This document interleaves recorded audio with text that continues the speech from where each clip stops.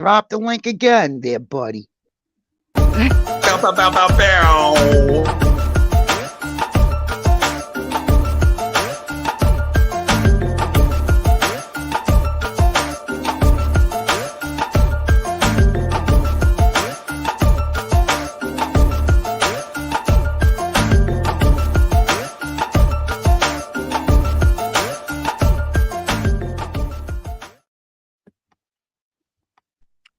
Oh, snap.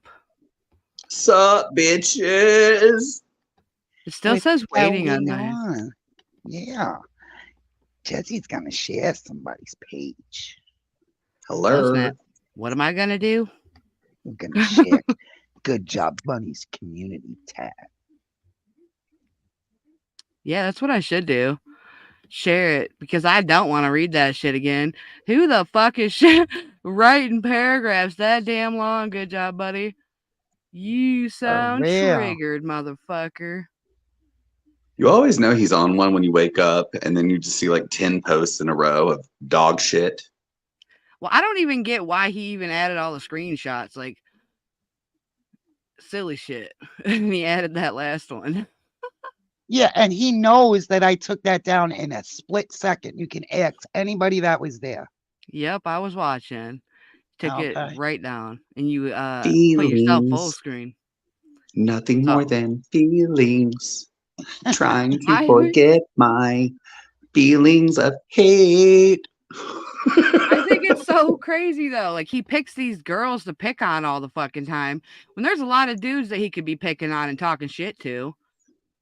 Yeah, There's but a he lot won't of people. because he's an old washwoman. He has to fit in with us. And is. Hmm. So if you're listening, Good Job Buddy, come on over here and talk. Or don't, because I don't like the sound of your voice. Facts. No, please do, because you know what? I should have checked my freaking shit when I was live, boy.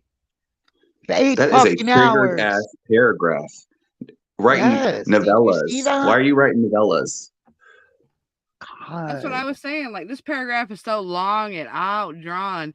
Like he does this shit when he gets on panels and he just talks and never lets nobody get a fucking word in. That's what it reminded me of, is how he just talks and runs his mouth. And he ain't talking Yeah. about nothing. He's just saying the same old dumb shit. And I think it's weird, like they're trying to call people 3-3. And Like, I've said a million times I'm not 3-3. 3-3 has said I'm not 3-3. What more do they need? I think Pandy's trying to ask if you if he's offended you. Did he offend me? No, To he Azel. did. Not Oh, you, to my bad. Azel. Me? Cheeerz, Shanda, Becker's, Oh, Ryder, no.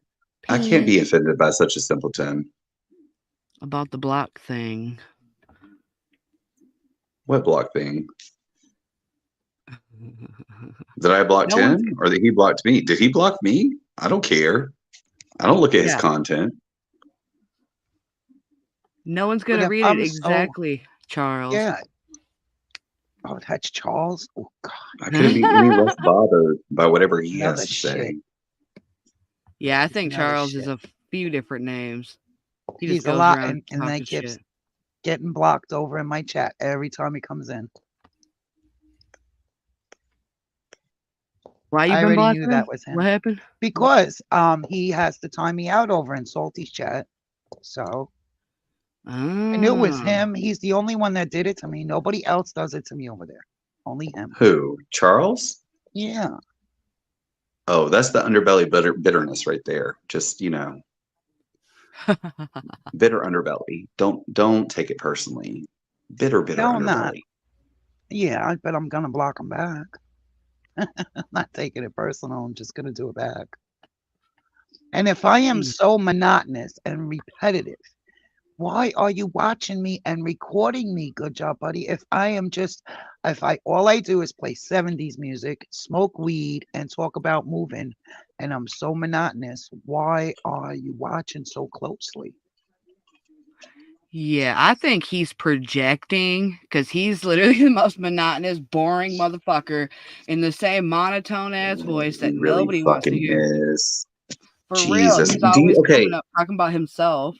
Like no one gives children a of the fuck. 50s, 60s, and 70s, do you remember those toys? It was like there was like a stick with like a winding thing. You could just wind it around. It was like a winding toy. Just make noise with it, a noise maker. Oh You know what I'm yeah, talking about? that's Yeah. GGB. That's good job, buddy. That's good job, buddy. That is his voice. You could just wound that shit up and listen to it. It's the same voice. That's why every time Juanito's in chat, he's like, "Oh God, this guy again." Fucking love Juan.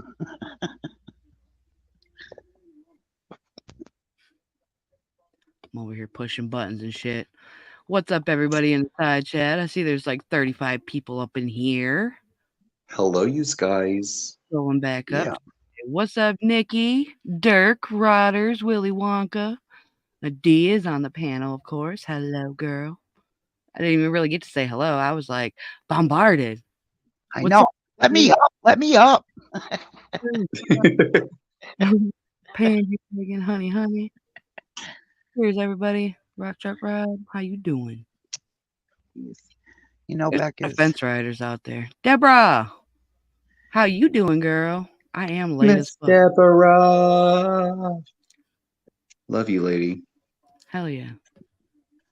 right. Deb said I Cheers, ain't getting any boys. damn younger. Oh my goodness. Sheesh. I said hey to Miss Beckers, but I didn't say hey to Mr. Rodders. What's going on, man? How you doing? Hey, Shanda. Why don't you just talk in your real name, Charles? Who cares? It's so silly. All them Come troll on, names. Stinky Butt. Come in Like, real name, Stinky Butt. it's just as silly as all these weirdos blocking everybody, but they go in their second account and watch what's being said. Like Yukon Ann blocked me and blocked a ton of people the other day, and she was still sitting there typing back and forth with me, even though she had me blocked. And I'm like, hello. She doesn't have to say my name to know she's responding right to my comments. A tale as old as time. For real. Like, I don't even have a problem with that old bitch. I just think it's funny. Like, she be blocking me just because I pointed out the facts. I don't got no problem with her, though. I just think she's funny how she runs her mouth all the time. I just reminisce on the moment that she entered the community, and then I was like, you don't know what you're stepping into. And then she wanted to get mad at me. And now, look at where we are now. Here we are. Everything that I said was true. And she is just blocking people and alienating herself from different groups of people and having all these problems. I'm like, Ann, girl, I tried to tell you when you came in the door and you want to get mad at me.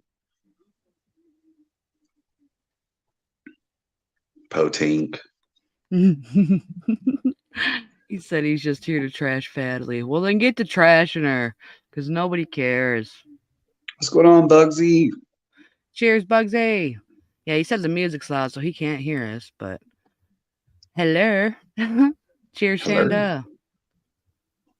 It's okay. You ain't got to come in your real name, but you just look like a bitch. I don't block anybody unless you got good reason to get blocked. Not Charles playing Come on both over sides. to mine. I block. Come on over there, Charles. Not Charles playing both sides. Yeah, that's right. What he does. That's what he does. No, actually, I saw Charles recently saying he said he wants me to take back Natalie so he can have Hamilton.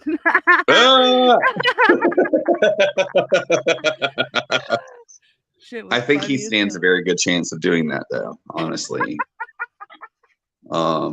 you do that, Charles. You can help him paint his nails. Yes, Charles. Please go and paint Hamilton's nails. I wish you all the best of that endeavor. He's such a weirdo. I fully believe it too. He just wants a piece of that ham.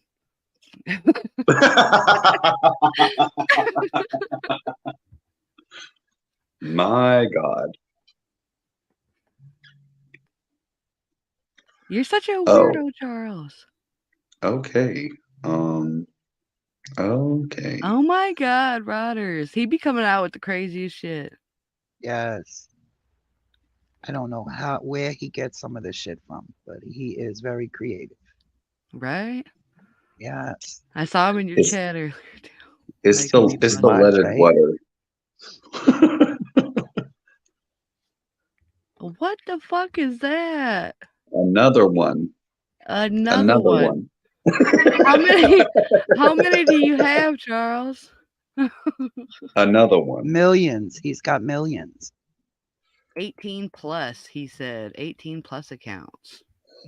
But He's right yeah, up he'd there with be over Spunky. there. He'd be over there kikiing with them. Mm-hmm. He loves and hates people all the time, though. That's Charles' MO. He can hate your ass and love you at the same time. It's all the flaps. You can hide secrets in the flaps. It's gross. I'll never forget when him and Sam and Doglips hung out, and that big ass sat down in front of the camera. I got fucking Charles' ass burned into my memory, same way as Junie Pie's ass. I'll never forget those asses being flashed on YouTube. Charles got 5 asses. Thanks. Boy got ass for days. I do want to know what is the problem with Good Job Buddy. I've noticed that dude changing a lot over the past year or so, where I he's would just a argue. hateful weirdo. I would argue what is right with Good Job Buddy. Isn't it all problems? It's that fucking Jesus. washwoman syndrome. That's what the fuck it is.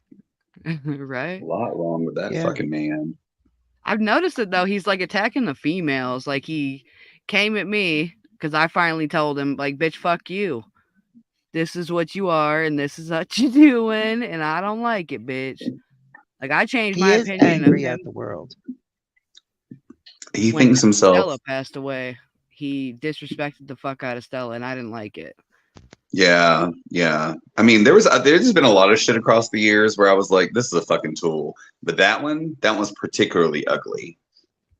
Oh yeah, that whole situation was fucked up, and I don't give a fuck if you love or hate Lipstick. The whole thing was fucked up how they did her. Absolutely. Absolutely. Using her I as a think tool that's against why his he did it enemies. too. Ugly. See, okay, so this is the thing. I think you're what you do, like your actions, they define you. It doesn't matter what your enemies have done. It doesn't matter if you stoop to their level. When you do something, it defines you. And what he did was so fucking ugly. Like, let that lady rest in peace. Even if you disagreed with her, let her rest in peace. But he used her death as a tool against other people. And to me, that unredeemable. Mm-hmm. The whole thing was fucking disgusting. Like, who the fuck gets off on that? Getting someone's death picture and sharing it out. Like, that's fucking weird, GJB. Fucking a scallywag. Goddamn shit stained piece of garbage. Facts. Scallywag Then you looking tell me, motherfucker. I don't expect you, D, to fight for me. I don't expect you to say anything about people that are saying stuff about my wife. I can do that. I don't expect you to do that. So what are you mentioning it for? Like, What are there you was shit that mentioning it Stella said for and did that in I your did not agree novel? with or endorse, but I would not have ever disrespected her in that way. You know what I mean? Like, Mhm. I've absolutely confronted her sometimes from time to time, but post mortem, baby, nothing but love for that bitch. Like, she brought it. You know, she brought it while she was here, and may she rest in peace forever. Love her. She really Love did do it the Yeah, best. she did, and That's right. she did it with grace. She did it with humor, and that other people wanted to like use her as a tool against their enemies after she passed away. Disgusting. That's what's gross to me too, is that they keep them pictures stored away and look at them occasionally. They're fucking sick. That Like is someone sick. came in D's chat the other day with this. Someone did. It's like, why Yeah, the and I fuck? didn't even Make yourself realize it homeless. because I was looking at a house. Yeah, some people think it's no big deal that there's death pictures all over the internet and that people take pictures of death all the time. And Stella wanted her death picture out there. Like, fuck off. There's a lot of people that don't want to see that shit either. You know? Exactly. Beckers, I agree that she would love that she still bothers people and that they're still talking about her, but I still think it's unredeemable and like completely despicable that people are trying to use her as a tool against their enemies. Honey, you know I got that clip somewhere in the bank. It's definitely in the bank somewhere. And it pissed me off so bad I couldn't even watch Tally's stream where they were fucking having a party for her death. I sure as hell came in and out, made sure that shit was recording though. So I had to hear some of it. Good Job Buddy's wife did that? Yeah. Scallywag Tally had a death party for Stella.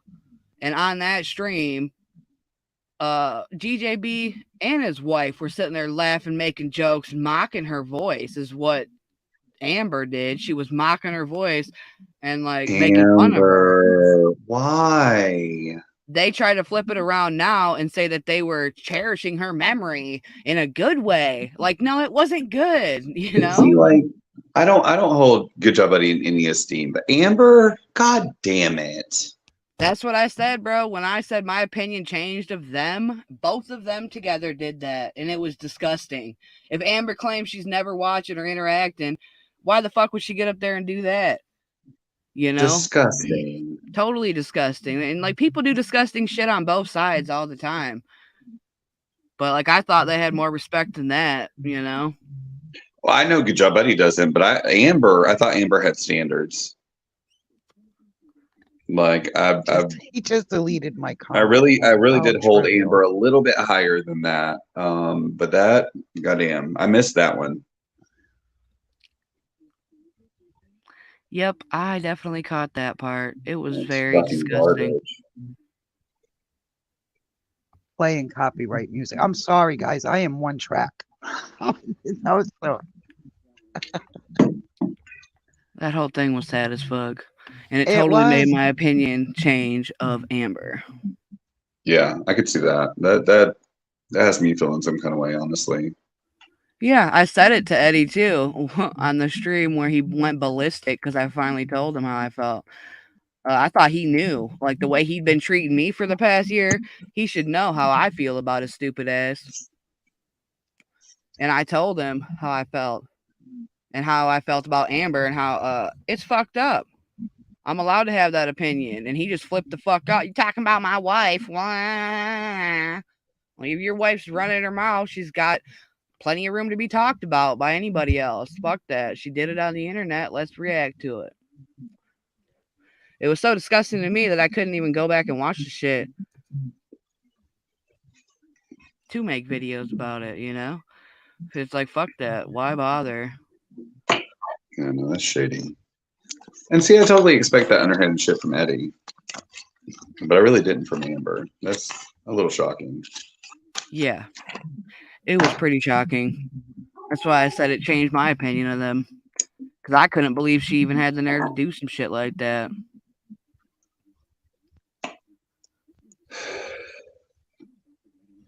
Oh, yeah, Sam and Hamilton Simpleton Molegrown.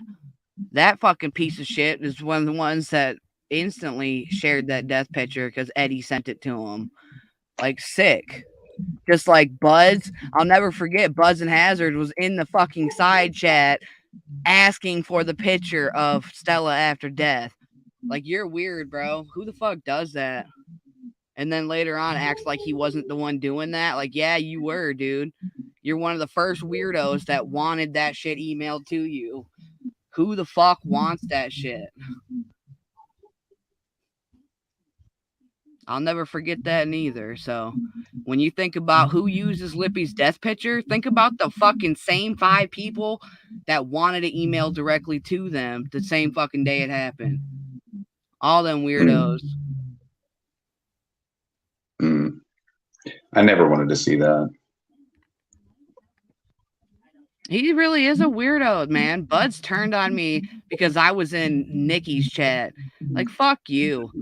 I was friends with Buds for years.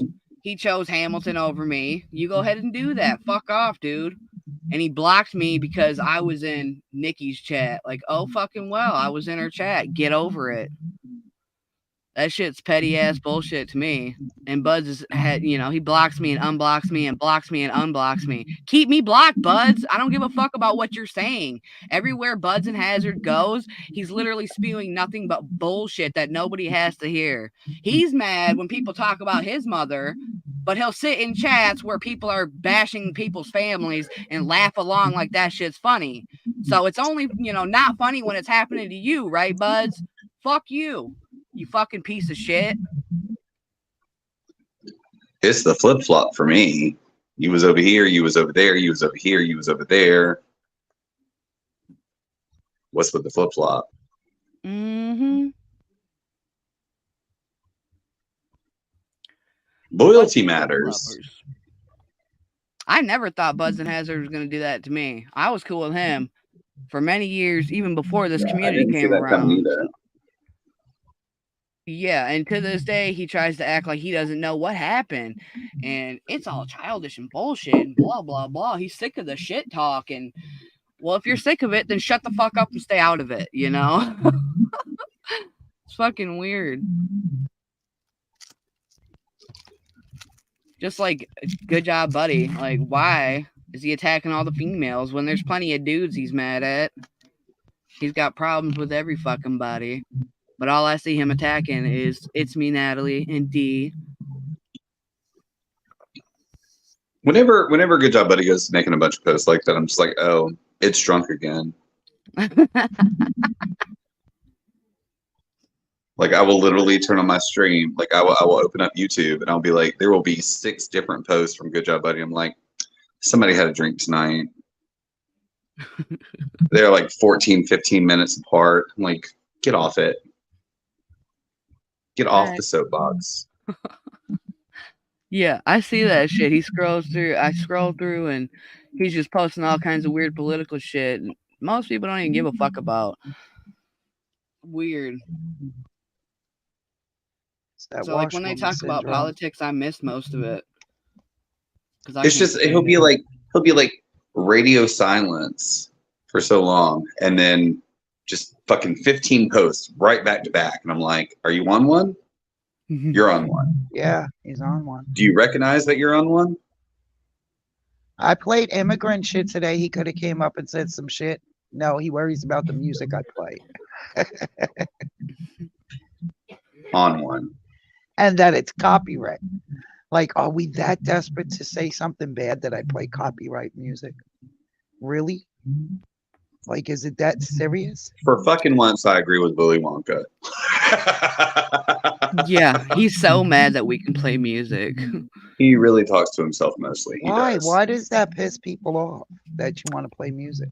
I think because he tries to play music with his guitar and nobody wants to watch him sing the chat anymore. So he's mad that we can play real music and he can't play real music. Oh, what the fuck is Say what? He was just up on my panel talking with me and all of that. Why didn't he say all that then?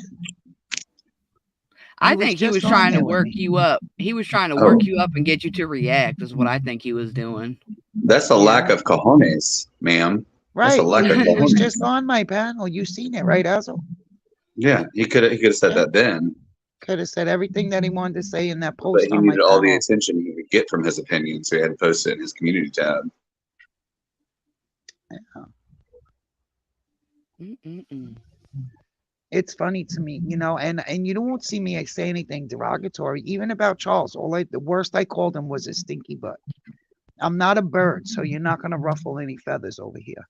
But I will say something back. I'm not a pussy, I'm still going to have to say something. You should, from time to time, just tuck an ill opinion into fucking Charles's flaps, though. Just from time to time, tuck an ill opinion into his flaps and watch him. Ginger. He is. He's a stinky butt. Ginger. Cheers, Ginger. Hey, lady. How are you doing, Ladybug? Love and miss you. Ooh, this. I wouldn't even be in this shit if it went for Ginger.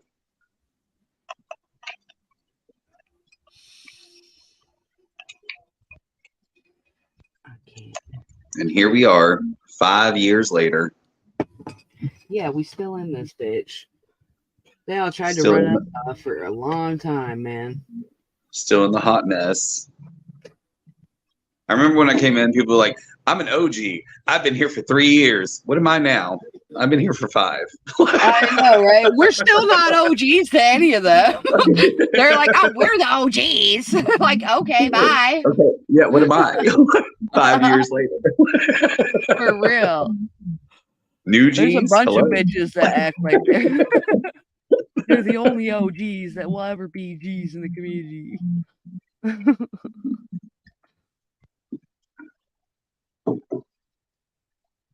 Oh my God, Rotters, not Walmart returns.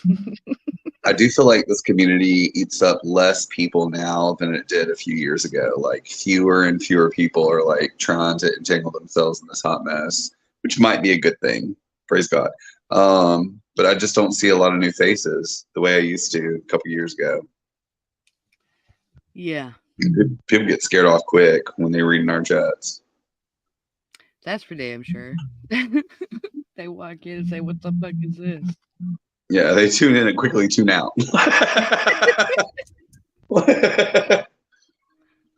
For real. Like, fuck this. I think it's funny how a lot of these bum-ass bitches won't even face up to anything that they do. They won't get up on a panel and actually go back and forth anymore. They've been got, and they just don't want to get got again. So they just don't bother. They'll sit back and watch and be mad. Right. I could name a handful of people. I won't, but I could name a handful of people that I would love to see on a fucking panel. Right? People who show up in chat but never show up on panel. Like, name 3, or at least one. Name 1. Oh, I can't do that. I'll put it in the private. Oh, let's just not read it alive. Okay. Okay. I'll throw a couple names out there. So you got this one. Like, I like seeing Ginger on panel. Let that one come out and talk some shit. How about this one? Yeah, I'd love to see that one. Okay, and there's that one. Yep. And one second. I have another one. One second. That troll. What? That troll. Which one, babe? There's so many. Yeah, that one. I didn't spell it right. I didn't spell it right, but I put it in there. Let me look real quick. Oh yeah, that one. That one. Let them show up. I'm ready to hear the shit they have to talk. Also, what happened to this bitch? And where the fuck is Sour Diesel? What happened to this bitch? I know, right? She hasn't been around a long time. She kind of disappeared.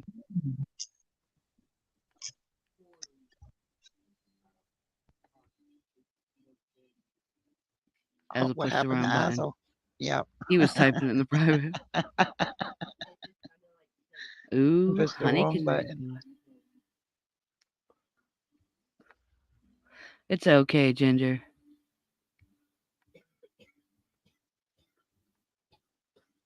Yeah, that's like a lot of these people like sitting back and lurking and watching and never saying shit until, way later when nobody gives a fuck. Like, you're expecting to see GJB. He ain't gonna come up until he's all drugged out and he thinks we're wore down. You know what I mean? Like, he thinks we're wore down from streaming all day and we can't fight back. Like, fuck that. That's some weak ass shit. Welcome back. Hit the back button and kick myself off panel.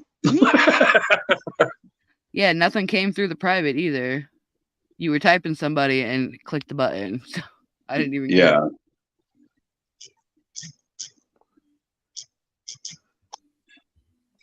I mean, like, there's a number of folks that show up and run mouth, and I'm just like, will you ever hit the panel though? There is a link. Yeah, I think SD felt bad about that too, honey, because he was cool with Stella for a long time. So I'm sure he feels bad about how they were before. Hmm? Yeah, Judith Oxnard. Why don't you get on the panel? We all know Fucking who that is. Charles. Yeah. Yeah, we all know who that is. I like seeing Proud Babylonian. That dude's a fucking psycho. He never comes up here anymore either. He's a weirdo. I mean, he learned his lesson. We had a couple panels together.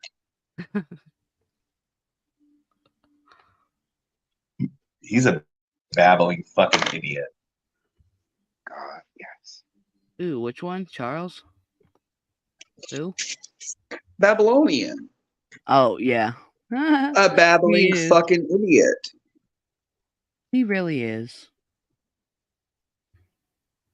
And he goes off Like at the some, wrong ones. Like, he's been attacking like Chandelier forever. 1 out of 10 times he'll say something that's like mildly intelligent, and then 9 out of 10 times he's just like rambling off on some random shit. Just idiocy. Just absolute idiocy. Fuck yeah. That's what he do, though. I think he's just having fun getting drunk. And then there's a couple people who have like shown up in a chat from time to time who I did not know was a real person, and then I heard them on panel. I'm gonna throw a name in the chat. Like, I heard this person on panel one time and I didn't think they were real. I heard this person on chat one time, did not think they were real. And like there's a handful of people like that where I never believed that they were a real ass person, but I heard them on a panel one time. Yep.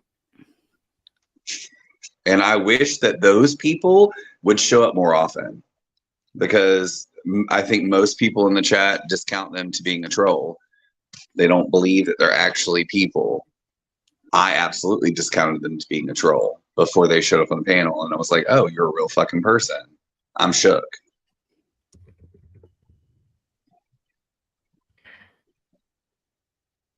Which Sarah? I don't think so. Tennessee Sarah, or is Sarah out in the Wild Wild West? 1 finger, 9 finger Sarah. Yeah. 9 finger Sarah. 9 fingers. Shanda, I've actually seen you on a panel. I did not know you were real. On a panel, I thought you saw her?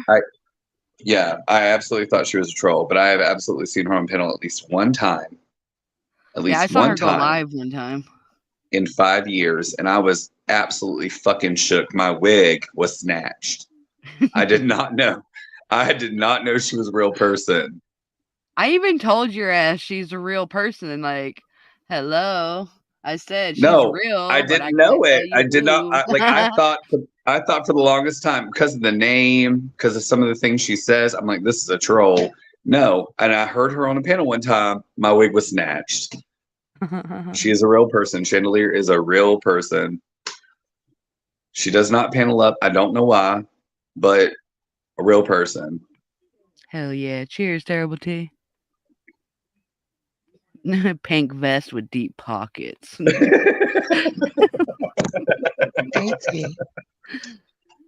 Yeah, that girl is a nut job.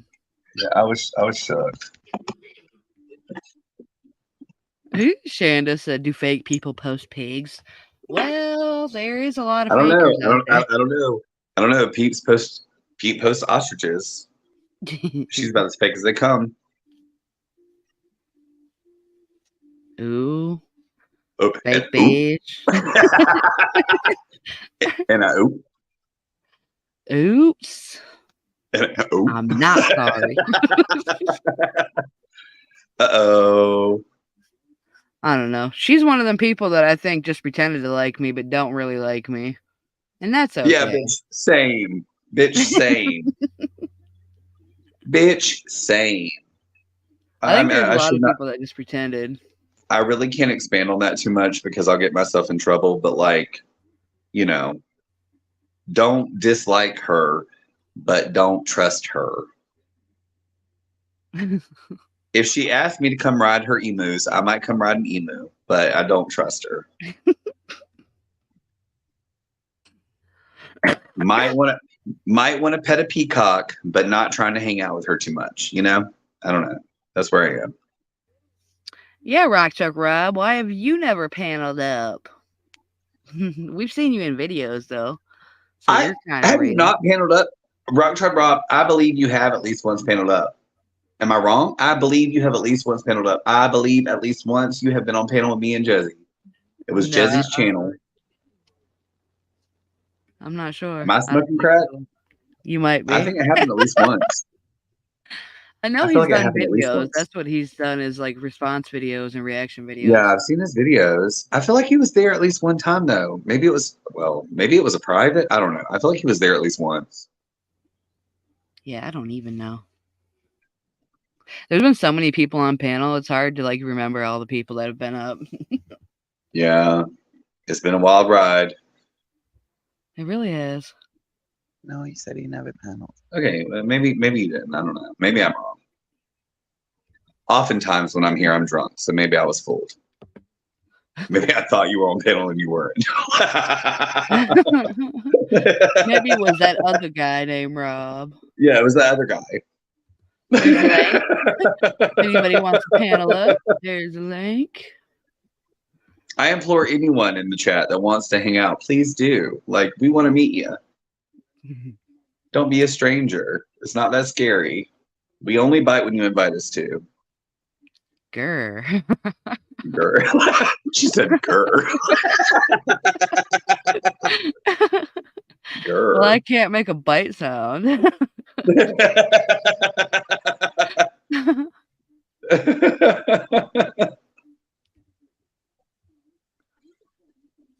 You know, there's been a handful of people across the years where I just really wish they would have paneled up because I wanted to believe in them. I wanted to believe they were a real person and couldn't because I felt like they were trolls.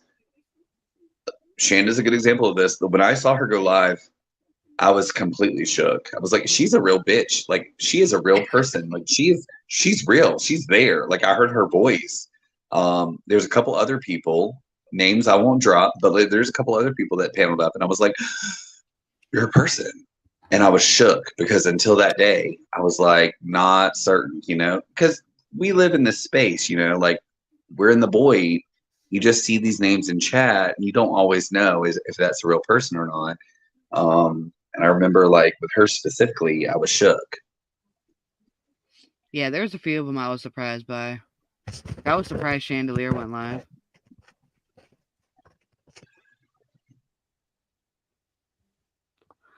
And honestly, you know, I know paneling is kind of scary, but in some ways it validates that you are a real ass person and not just a troll name, you know? Like I feel like I'm part of a group of people, and I'm certain there's other people in this community who feel like they see names in the chat all the time and they hear them, they interact with them, they speak to them. They're uncertain of them until they panel up and they hear they are an actual person, you know? Yeah, as soon as you come out of the chat and get up there, boy, it's right. But also, I understand why some people don't want to get on panel because as soon as you panel up, you're a fucking target. Yeah. As soon as you panel up, you're a target. Yeah. Everyone's trying to drag Dee into all this bullshit, and she's just chilling, smoking weed, enjoying her life. Motherfuckers are all getting butthurt and triggered by it. I didn't know when I stepped in this shit. I paneled up from the jump. I paneled up from jump and then I learned. But then, you know, you develop a hard skin and you're just like, okay, whatever. You know, you use guys. Hit me with your best shot. But I guess some people, they don't even want to deal with that or whatever, I guess. I don't know. It's like I told you yesterday when we were talking. I just choose not to. You know, It's not like I won't have a comeback. I definitely got a comeback. You know. I think that's what people are doing. They're testing you. You did try to warn me. Yeah, they're testing me. Yeah, they're trying to get your comeback. They want you to snap back and have something to say. I will give Ginger this. Like Ginger, it's gonna be. Ginger sent me a message and she was like, "Yo, you're doing too much. You're showing too much of your information. You don't know what you're into. She did try to protect me, and I did reel it in a bit after that. But like I was already in it. You know, people are already after me at that point. I still try to be like a little bit guarded about the information I share about myself now, but still, I'm like, I'm already in it. What up, and Natalie? and I ain't afraid of people. So like, you know, like at first I was like, oh shit, they're gonna come for me. But now, please do. Please do. Well, that's just it. They're not gonna, they're not gonna get out of me what they think they're gonna get out of me. Right. You know. But admittedly, when Ginger gave me that information, I was sharing too much information. So she was right. I was sharing too much information at that point in time. Facts. You came in with your real name, Jeez Azzle. Everybody thinks Azzle's your real name. Like, come on. How could I do that?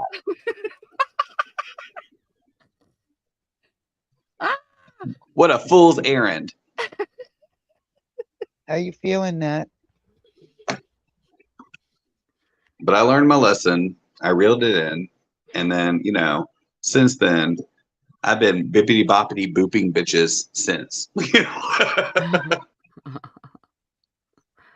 And they're so mad about you too. There's so many people that get triggered when Azzle shows up. Like, oh my god, they all get their pants in a mud. And ain't they? But you know, like it's like, you know, it's a double-edged sword. Like on one side, it's like I hate it that people are so triggered by me, and at the same time, I'm like, if I'm not triggering you, am I relevant? You know what I mean? Like it's a double-edged sword. If Good Job Buddy watched me for 7.5 hours today, he must have really been triggered.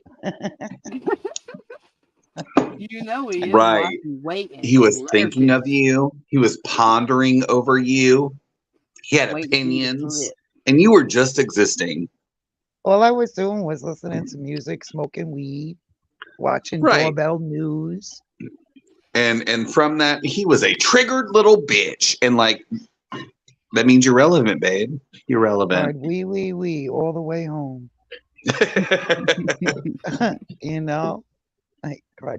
And I would love to know what he's talking about with this asking thing. Also, like, it begs the question. I think he's trying to make fun of me saying X.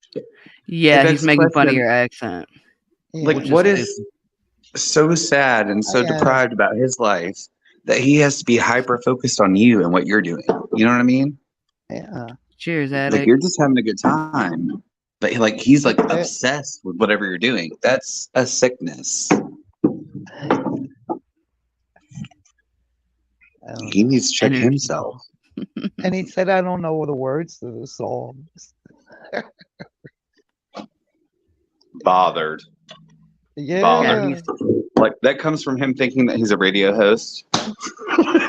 That is like him trying to find something wrong with you, and he can't find nothing wrong with you, so he's just going to make fun of you. Boy. Grady baby, come on. Go to bed. I get your treat. He's a good boy. He's a good Grady. I love you so much. Good boy. And Natalie said he needs Dr. Phil. Now we all know your cat's name. I'll bring my puppy in. It's cold outside. It is chilly out.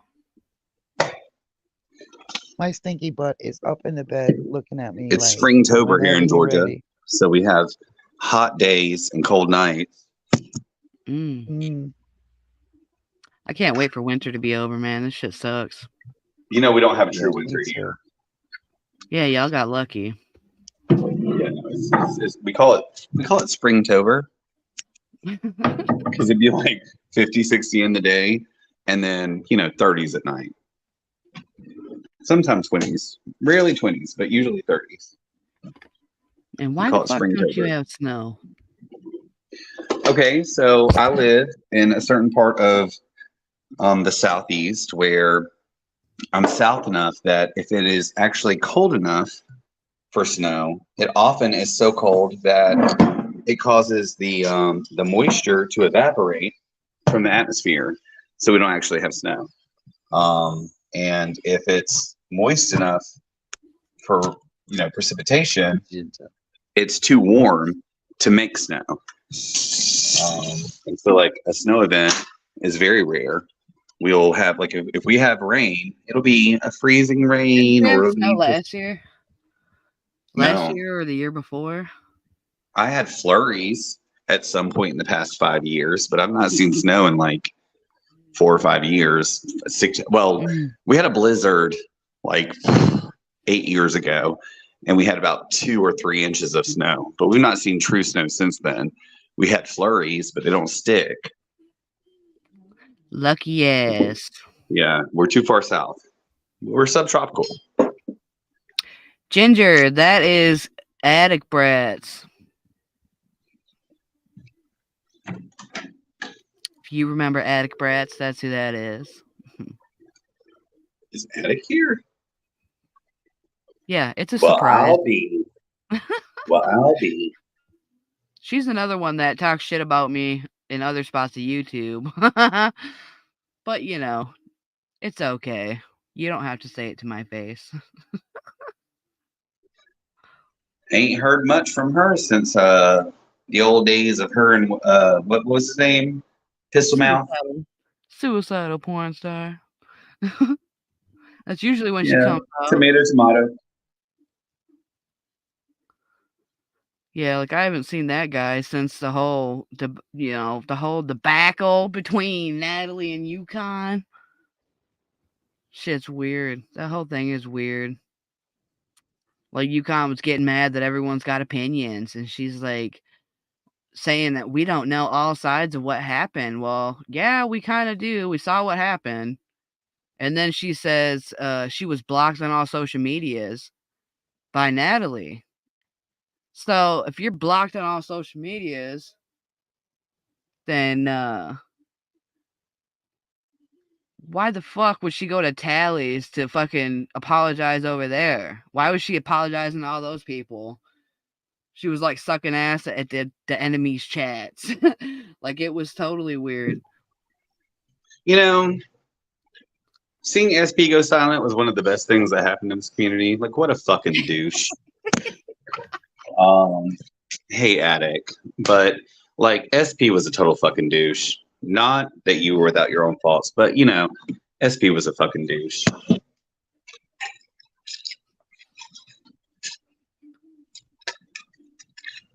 Whenever a dumbass voice shuts up in the community, I'm just like, praise God. Yeah, it's hard to keep up, Ginger. There's always some dumb shit going on.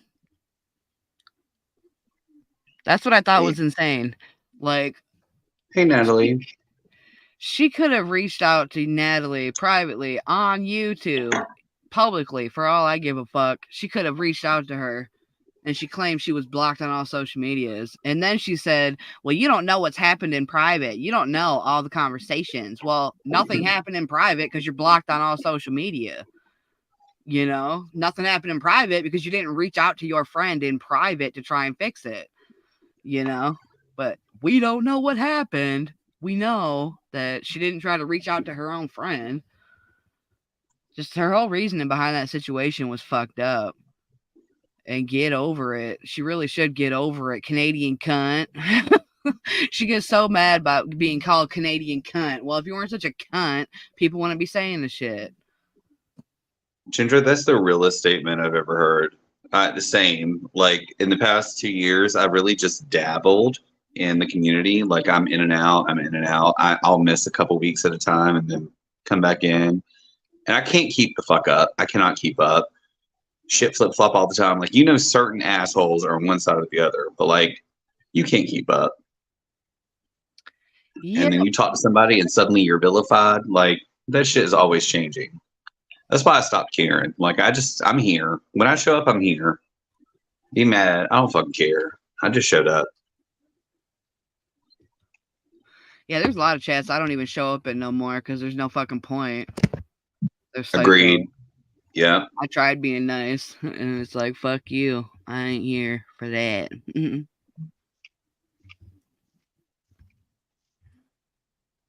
By my own.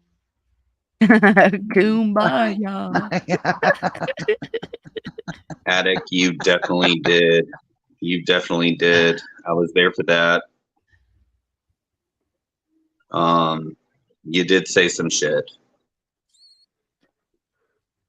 There you go, Ginger. She said, sorry, not sorry.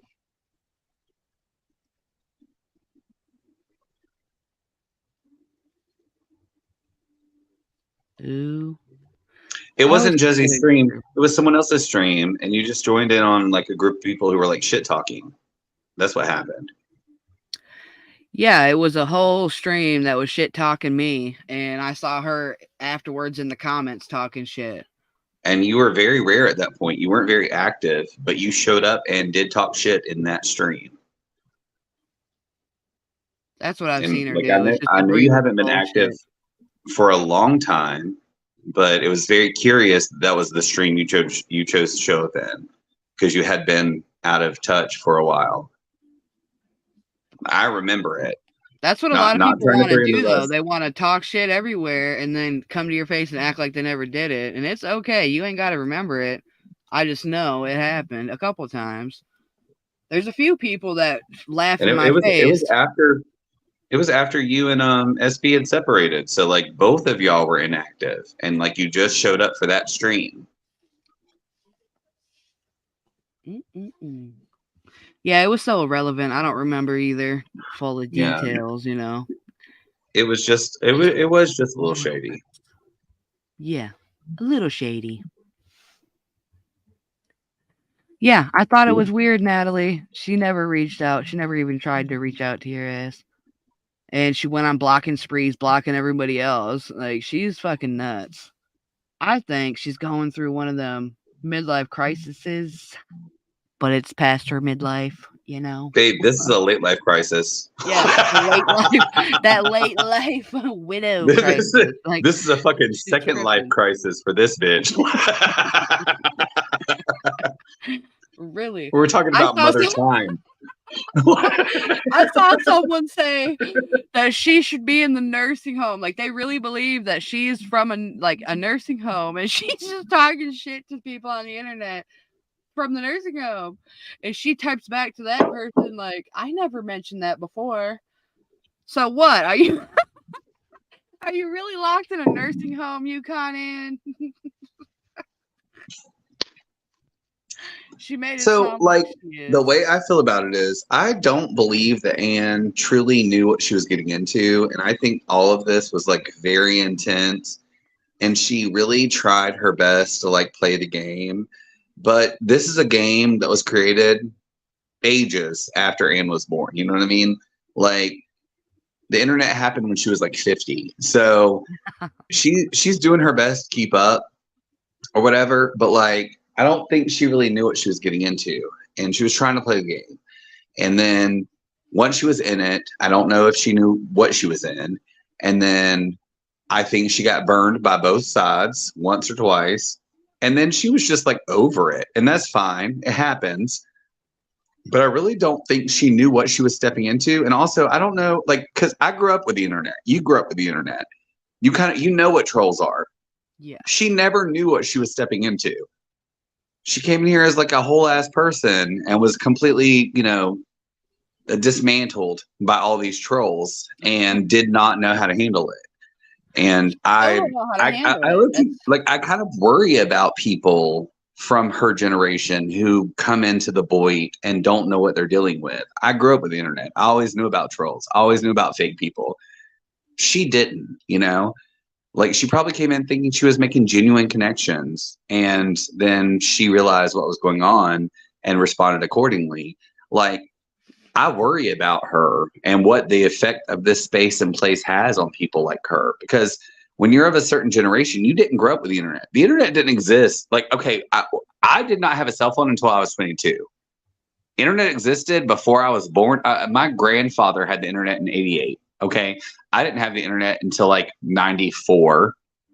I didn't have a cell phone until I was 22. But like I grew up with AOL and chats and stuff like that. And like I knew about trolls and I knew about predators. But like, there is a certain generation of people who never knew what the internet was, and then they got onto the internet and they didn't know what they were dealing with. And I think she's part of that. You know, she didn't know what she was stepping into. I tried to warn her when she came into this community because it's a very toxic place, and she tried to play the game. And I'm really afraid that like it took a toll on her. Like, this is not a good space. That's why she's contemplated leaving so many times. You know, she's like constantly making up that she's going to leave the community and get out, but she keeps being sucked back in because she can't leave. Like, nobody, once you're in, you're in. You're just like sucked in like a fucking soap opera, and you want to see what happens next. Right. So I think she's going to keep coming back and keep playing that game. I mean, she's probably still watching, even if she's not interacting, but I still don't think she knows what she stepped in. Because she's of a certain generation. And that, like, I'm not trying to say that like as a diss. I'm just saying that as like there are people in this chat right now who could probably understand what I'm saying. You grew up without cell phones. When you were teenagers and young people, you went to bars, you called people on the phone, y'all hung out, and there was never a cell phone or a touch screen or a tablet in the way of y'all communicating with one another. But we live in a different generation now. And the age of the internet has changed things, and like the way you interact with people. And like me and Jezzy, we grew up with the internet in our back pocket. We weren't necessarily always entangled in the internet, but like we grew up with it in our back pocket. There's now a generation behind us that are completely entangled in the internet, completely entangled in their social media, completely entangled in like dating apps and WhatsApp and TikTok and, you know, whatever. But like, there is a generation that grew up when internet did not exist. It was just good music and social gatherings. And I think Anne did not know what she was stepping into. And she believed in that general camaraderie that you found in that like good music and social gatherings, and did not understand what she was stepping into. And like, it's not a judgment. She's from Yahoo chat days, bro. She knows it all. She's been around the block. So I used to do coding back in the day. Okay. So I used to do coding like in the earliest days of the internet. I did coding. Like so I was in coding chats. And so like I go way back on the internet, but I still believe there are people who don't know about current internet culture. And I think maybe she's part of that. You know what I mean? Mm-hmm. And I worry about her. That's what I said, Ginger. Like, all she gets called is Canadian cunt and a traitor. And, like, they're just pulling her leg, joking with her because she's an old lady. Like, people are just pulling her leg. You know, they're not actually trolling her. They're just pulling her leg, making fun of her, poking fun. And she takes it dead serious. Like, my gosh. She gets so serious about politics, it's ridiculous.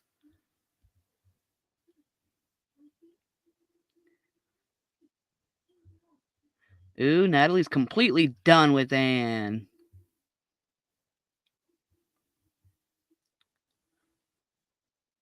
Well, really, if there was any fix in their friendship, my opinion is that Anne would have felt bad and tried to fix it, not gone to the other side.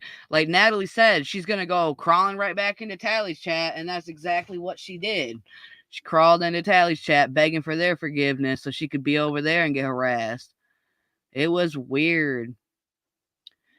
I think they should still make up, though. It's a whole sad, fucked up situation, but that's on them, you know? If they got a friendship that they don't like, you know, it is what it is. It's up to Natalie. Because clearly Anne made her bed. She laid in it. She didn't fucking give a damn enough to reach out to her. Azel? Hello? You got two different Why ears are there up two here. of me? Yeah, what the fuck? What was that? That was weird. Trouble. Was anybody here in the chat on ICQ.net or Merc.net? No. So before AOL, before there were chat messengers, there was Merc.net and ICQ.net. It was an MS-DOS prompt-driven chat. So like my earliest days on the internet were in these kind of chats. And that was like 96 to 99. '96 to 2001. But like the earliest days of chats were like Merc or ICQ.net.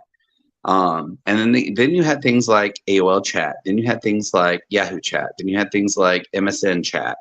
But I really believe that like all of these things were outside of Anne. You know what I mean? Like, so I worry about Anne because I don't know if she knows what she stepped into when she came to this community. Like, if she had gone through Merc.net or ICQ.net, AOL chats, Yahoo chats, MSN chats, Yahoo chats, made her way through the internet through time, then she would really know about trolls. But she came in this community green as fuck. Green as fuck. And so, like, I'm worried about the effect this community has taken on her well-being because, you know, she's an older lady. She does take that time to step back. Like, there's plenty of times where she goes on blocking sprees and she like, oh, I'm going to watch a movie. You know, she acts like she's leaving when we know she's still watching. Right, and she is. She is. Get like that. I just don't think there's a lot of people who like remember, you know, the old days of internet, you know, and I don't know if she was participating in the old days of internet. And like the new days of internet are like, you know, in the old days, people would like make genuine conversation and try to make friends. Now people will just try to be your friend to destroy you. Like it's a completely different atmosphere. Okay, Attic Brats came in a while ago and she said she owns the lake. Was that the comment? Attic Brats, you're still laughing about it like it's funny.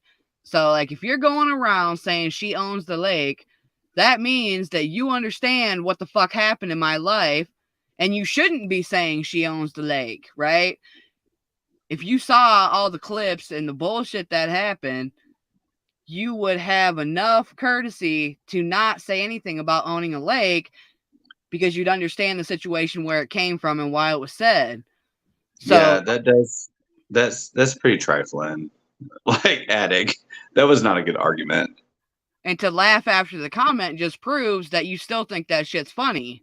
And it wasn't funny then, and it ain't funny now. Was anyone in this chat on Merc or ICQ?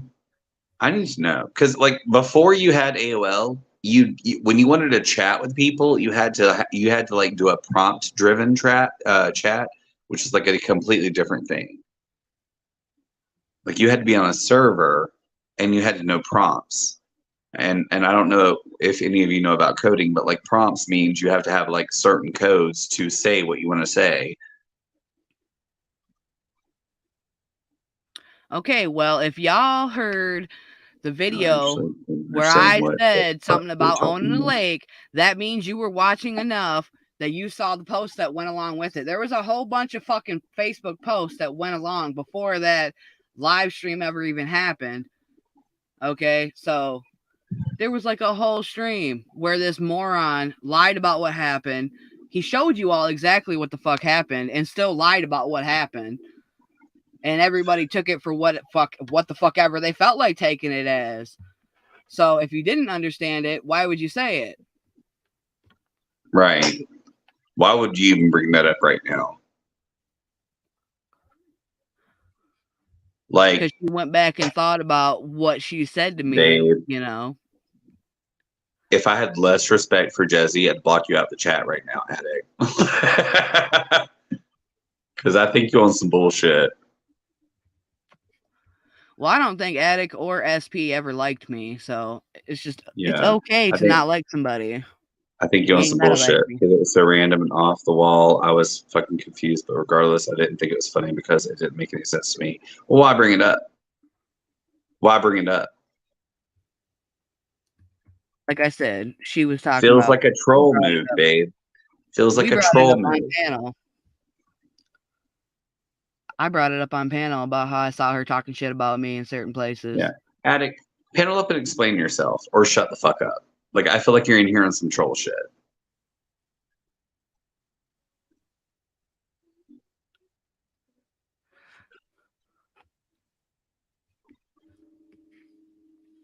Yeah, everybody thinks it's funny because it didn't make sense to them. And historically speaking, you've absolutely been in most chats on some troll shit. So panel up or shut the fuck up. Because I think you on some troll shit. Per usual.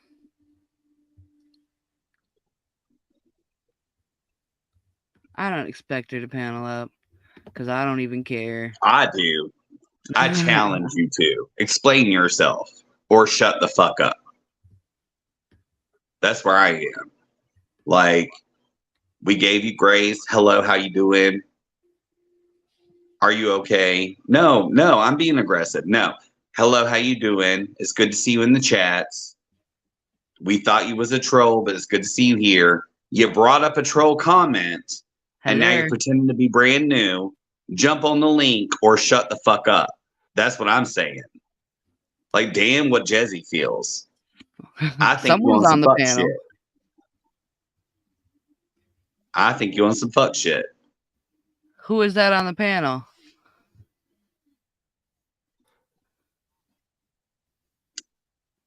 Someone's trying to panel up and not show their face. I don't know. Yeah, I got my camera on. Hold on, give me 1 second. I'm setting it up. Oh, what are you trying to set up? He's like trying to show something. I don't know if you know this, addict, but Jezzy is my main, and I will throw bows, bitch. I will throw bows. I don't give a damn. Give a damn who you are. Deborah? Oh, Yes. okay. Hey, girl. Okay, bitch. It's me. I got you. How you doing? I haven't seen Voodoo Ninja in a long time.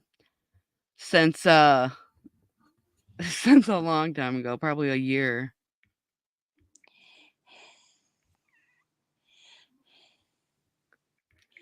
Aw, Deborah came to hug us.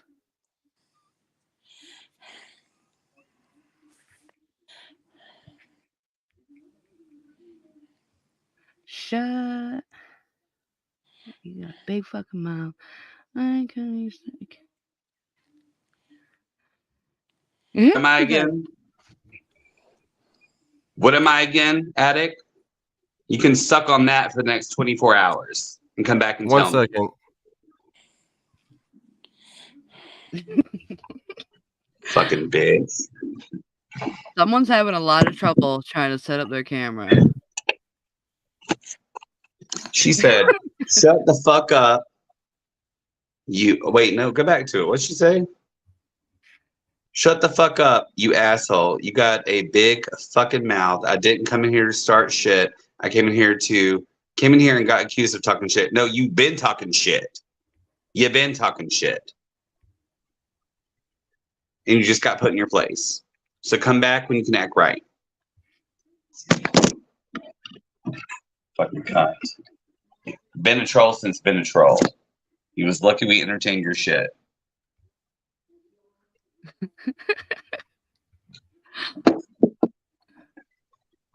Okay, your camera's not going to get set up, dude. What are you even trying to show? This person is stuck on mute, steady trying to set up their camera to show something. Fucking cunt. And I think it's just a troll trying to show their dick.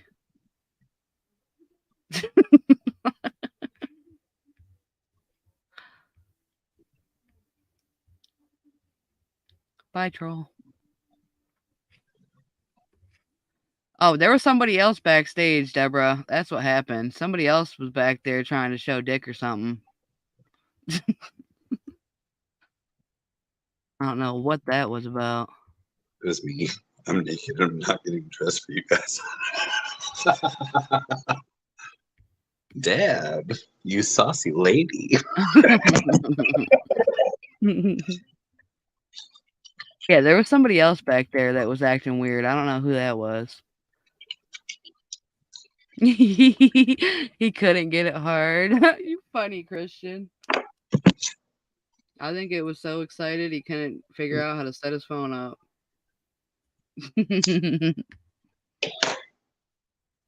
Yeah, we're up to see a little D. Come on, show us what you're working with. It was definitely an older person. Whoever it was, I saw their face.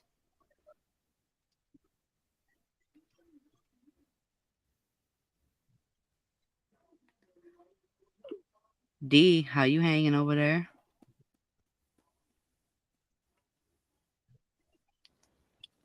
I'm hanging, smoking.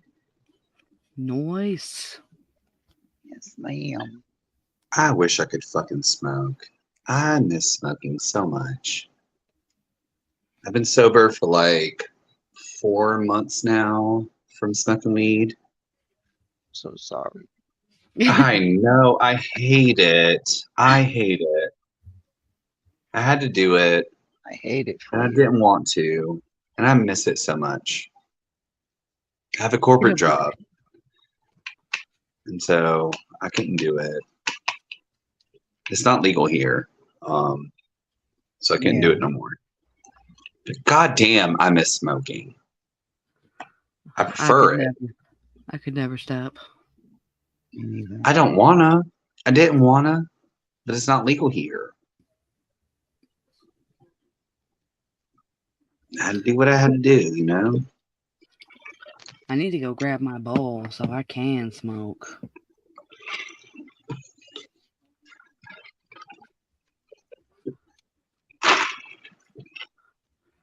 What I would give to smoke a fucking blunt right now. I know, right? I miss some blunts. Good old days of street weed and blunts. God damn. I was just saying that recently.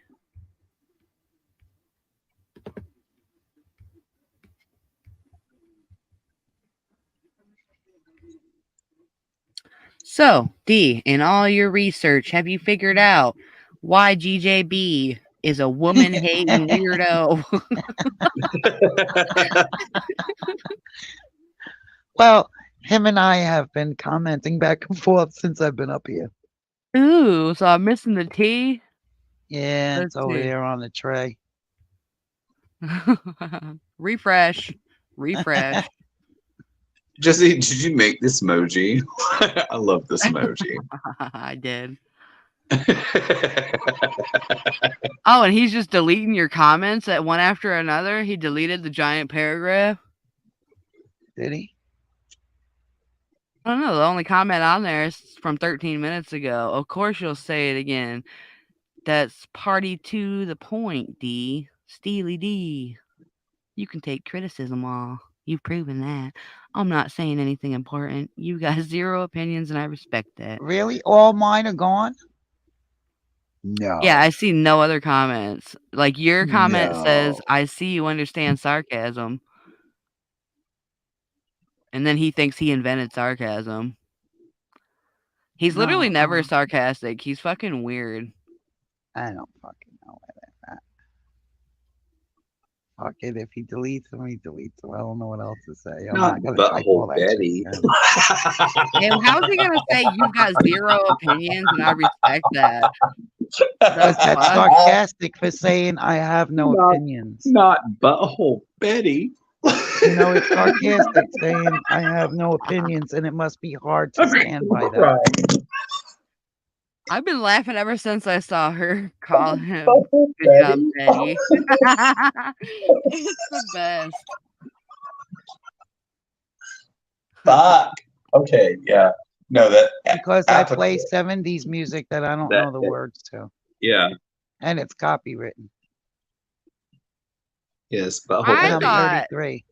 I thought Ed Weirdo was the queen of never deleting things until I saw him do a stream to me. He sounded like a big crybaby bitch, and he deleted the shit because everybody told him you look like a crybaby bitch. And he just goes around deleting people's comments all the time. I did not know that's what he did. I will never call him anything but butthole Betty again. I swear by God. He is butthole Betty.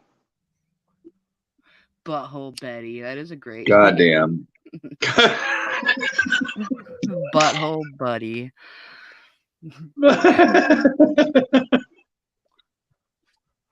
Yeah, he says he's untrollable until he got trolled. That motherfucker got so damn triggered on one of my last streams. Untrollable. Fucking hilarious. He's untrollable. Bro looks like he chewed on bumpers as a child. Bro has failed 2 out of 5 children. Bro has failed his wife. How is he untrollable? Explain me. Explain He's so me. funny. He thought he was gonna send his daughter in here to troll, and she didn't even know what the fuck she was doing. Look like he gargles phosphoric acid. Teeth rotten. How is he untrollable? Radio host, win. Untrollable? Babe. Absolutely trollable. He thinks he's untrollable. What up, Carlos? How you doing? Hey, Carlos. Yeah, he made us, right? I made you bitches. What? Rode his mother-in-law's wealth into his next life. Untrollable? I swear by God. Absolutely trollable.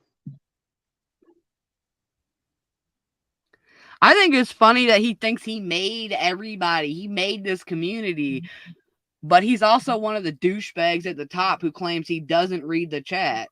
When most of the people are in the side chat. Like, how the fuck can he claim not to read the chat? But he was singing the chat with his little guitar lessons he was trying to get through. One of the douchebags? Baby, he was the top douchebag. The dirtiest douchebag I know. The dirtiest douchebag. Hey, cuz. The dirtiest douchebag. Butthole Betty. What up, Shady? How you doing? Hey, Shady. When Betty and Amber go shopping. Hi, Carlos.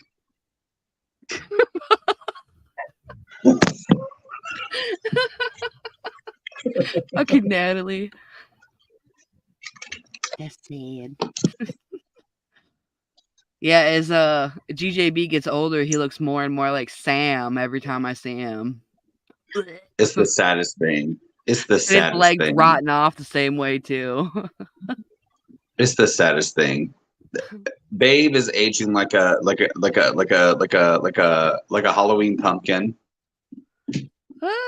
He's aging like Yukon Ann's toe. No, not Ann's toe.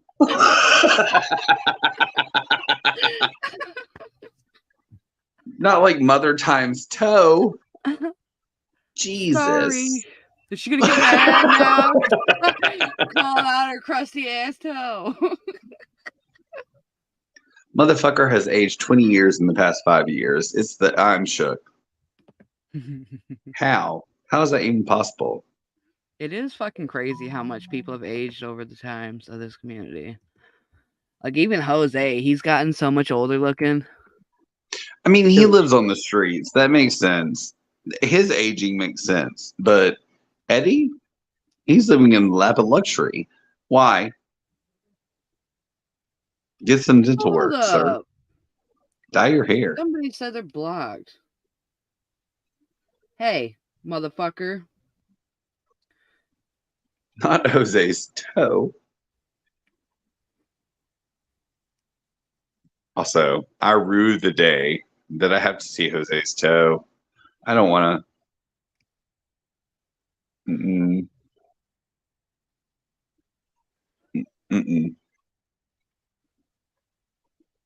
No.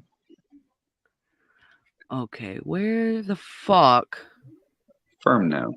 They also updated YouTube, so like you used to be able to go to the fucking user's page, click 3 dots in the top corner, and figure out how to like unblock them. You can't do that no more. It's like not even an option on their page. I don't understand this shit. Huh. Somebody claims they're blocked. I think that's bullshit. I don't think you're blocked. The only person who should be blocked is Addict. I did block Addict. Jezzy, I'm sorry. Fuck that fucking cunt. Well, don't be blocking people, Azel. I usually don't, but she deserved it. Now I can't unblock her. No, I only blocked her for 24 hours. She can come back in 24 hours. Not that you're going to be live in 24 hours, but she can come back.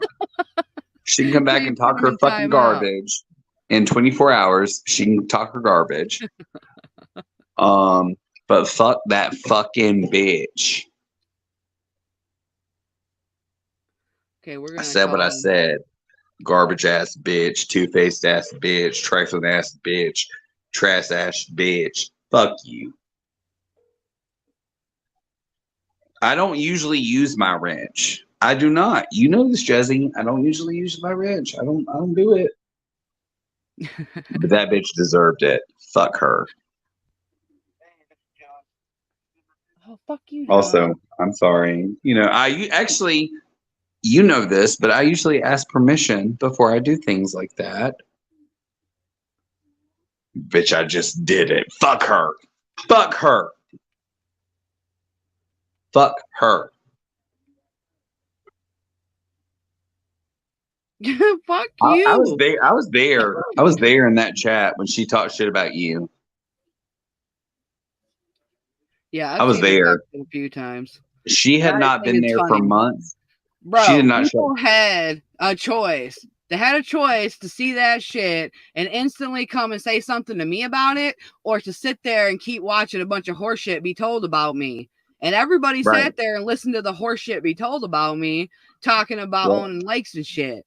Nobody gave a fuck to come ask me if I was okay, except for my own people that I know and knew were gonna fucking ask me what was up. Yep. Like, I was surprised. Slab City News was one of the people that hit me up, you know, like my own friends and Evan, of all people. There was only so many people that hit me up wondering if I was did I not hit you up on every venue I could? Yeah, but this Asla was the one that blew my phone straight up. Right. And this bitch just came in on some fucking troll shit. So fuck her. So I went into the chat and I did block her for 24 hours. I usually don't use my wrench, but I did. She's blocked. We don't have to from that bitch for 24 hours.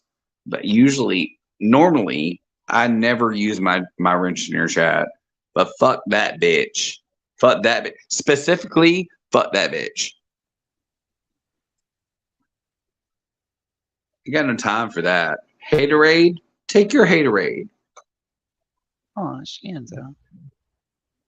Attic, you have no fucking voice. Shut the fuck up. Thank you, ladies. Too bad I don't There's a know the reason you words don't show to up. 70 Fuck you. songs. You know what, Junie Pie? I'm not being bitchy tonight. I'm saying facts. I'm just saying what the fuck I feel like saying. Yes, I'm not I in hit the the mood. smoke too hard. Most definitely, Ginger. John's acting like he's blocked because he probably said something he should not have said in my chat. See, I can't even see him. Junie. He must have me blocked. Me neither. No, what he did is he wrote something that he's not allowed to say in my chat. Okay? Let me show you. Yeah, I can't see him. Carlos. Can you see that?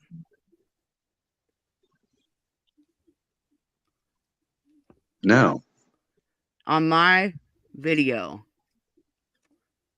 I'm looking for it. I don't see it. No, on the screen, babe. On the screen. Look at the screen and look at what he texted me.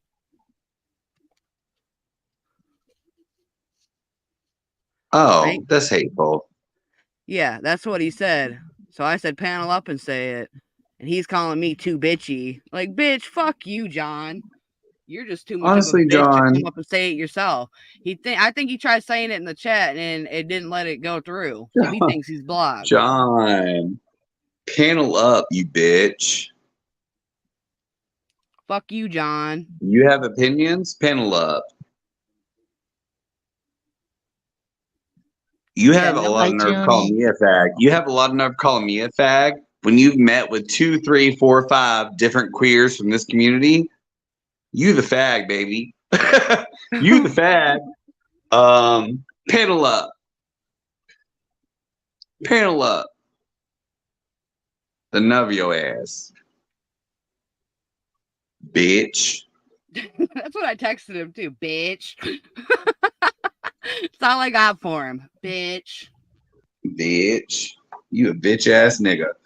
Bitch, bitch, bitch. Panel up.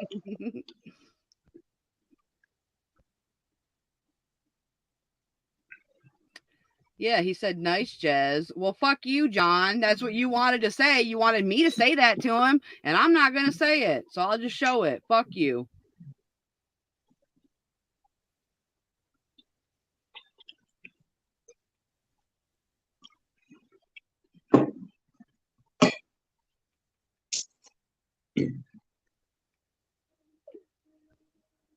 Junie That's honestly shitty. But like, John's been on some hate me shit since I came for Peeps. Awkward. John's been on some hate me shit since I came for Peeps. But I came for Peeps because Peeps is fucking trifling. And like, Peeps and I had a conversation about this. I don't hate Peeps, but Peeps is trifling. Peeps uses people. Peeps uses people against people. Peep uses people to her benefit. And that is fucking facts. Y'all can call it how you want to call it. You can call me whatever you want to call me. That is fucking facts. Peeps is a manipulative piece of shit. And I said what I said. I said what I said. It is what it is. And if you look across history, across the past 5 years, Peeps has repeatedly used people against each other to her benefit. But I called her on her. And maybe I'm an asshole for doing that. But Peeps was an asshole for calling me on some shit I did not do 3 years ago. That is what it is. I clocked Peeps at the door. Okay. I knew what I was dealing with. People were only upset because you said something about her brother. Like, they would have accepted all the other bullshit of what you said about her. But as soon as you said something about her brother, everybody had a different kind of feeling about you. And honestly, I don't give a damn. Because she's such a shady, shysty piece of shit. I really don't give a damn. I don't give a damn. But John has taken it personally and decided it is his personal vendetta against me to, like, tear me down. And okay, John, do your best. Do your best. I wish you the best. If you think you can tear me down, but you're not going to be able to. Because, John, you're much more messy than me. And you're just as despicable as Peeps is. Peeps is absolutely despicable, and so are you. So if you think you have an argument, please panel up. Let's talk. I will meet you eye to eye. I don't give a damn. But please don't send texts to my friends. Please don't, like, do divisive shit in the background thinking you're winning. Baby, meet me on panel. Meet me on panel. The link is in the chat. I think Peeps is garbage. John, I think you a weak titty ass bitch. Meet me in the chat. Meet me on panel. Catch me outside. How about that? That's right. Catch me outside. Don't try to come for me in the background. Come for me in the foreground. I'm right here. We can talk right now. Yeah. Step up, son. You such a man. Step up. And if you ain't, shut the fuck up. Facts. And that's that. Funny. Junie Pie can't have no balls lately. He's like sitting back just watching. Facts. Awkward.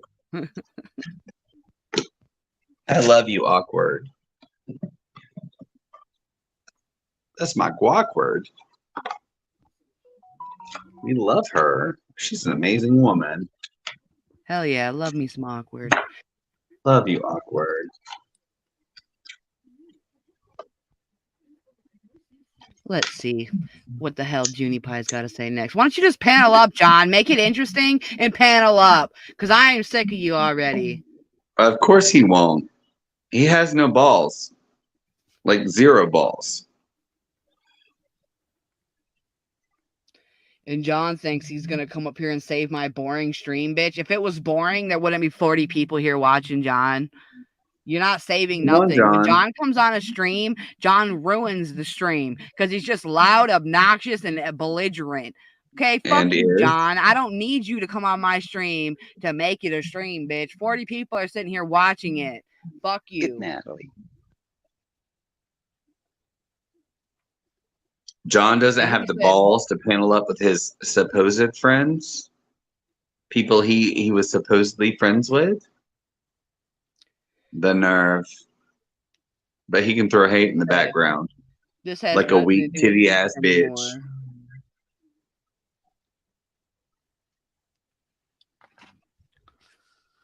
Yeah, really weak ass bullshit. Keep texting me about it instead of just coming up here and saying what the fuck you feel, John. That's weak as fuck. Boring. What's boring is texting me and thinking that I'm going to keep responding to your boring ass. Fuck you, John.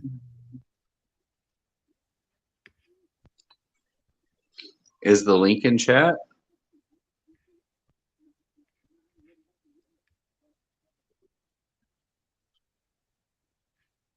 I don't know, Jed. I have no idea. I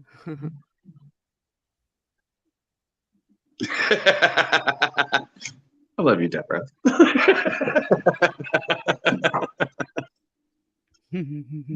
Come on, John. You think you're ready?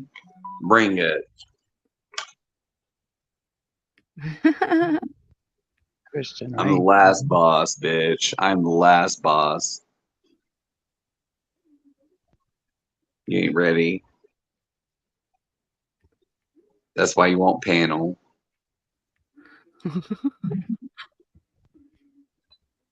Sit there with your fucking wooden whale and your fucking CeraVe lotion in your father's basement, talking shit. How do I see the feel? Cedarfield. There we go. Come on, John. You think you can? Bring it. I'm right here.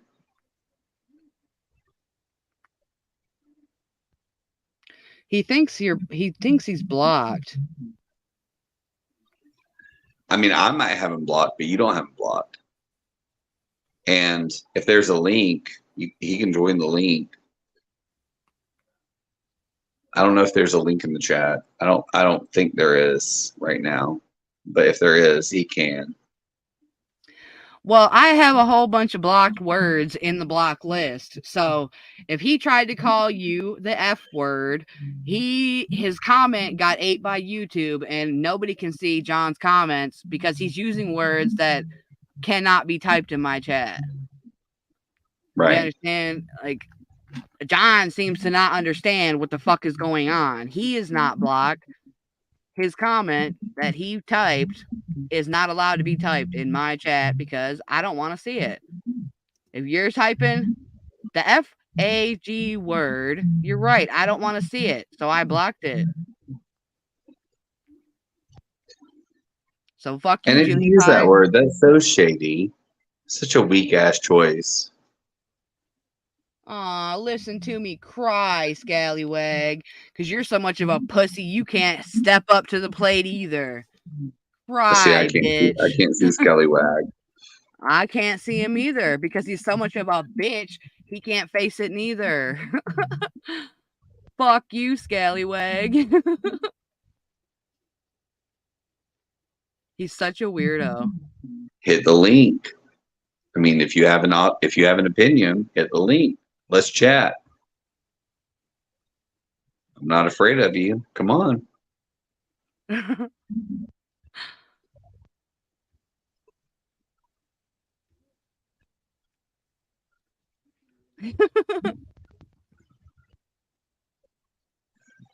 I think it's so funny the amount of people that talk shit and can't say it to your face.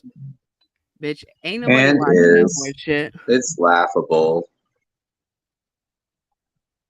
Like, we could just talk about this. You could just hit the link. We could talk about it.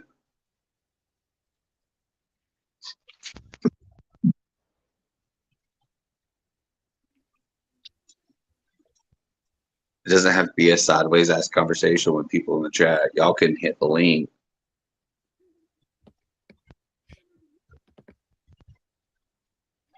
Please prove me wrong. I'm begging.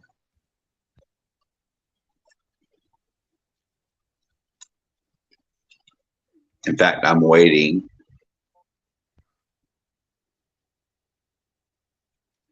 Stop texting John. Just show up.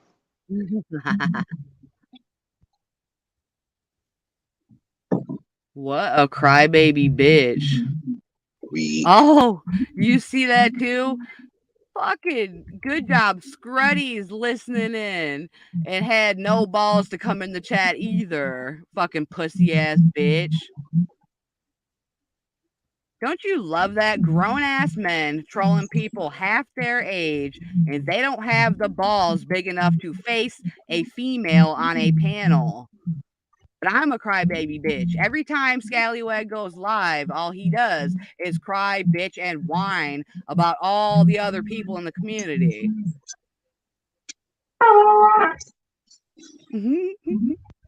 Crybaby bitch boys.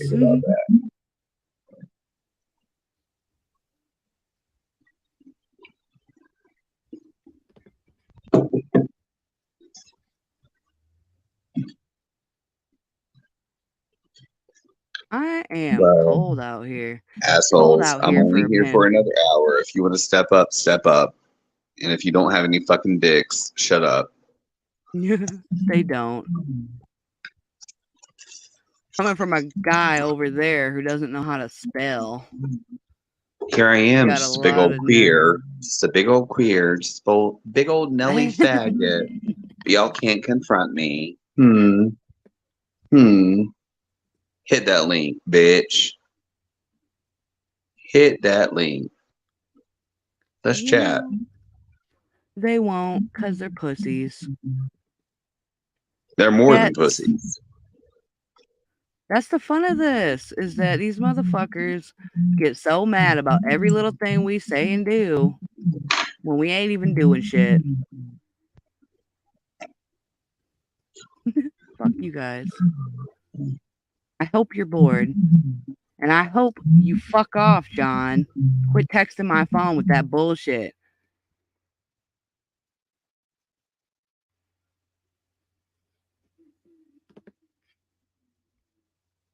If he would have came in the chat saying hi like a normal human being, his comments would have came through. But he wasn't being normal. He came in on some bullshit.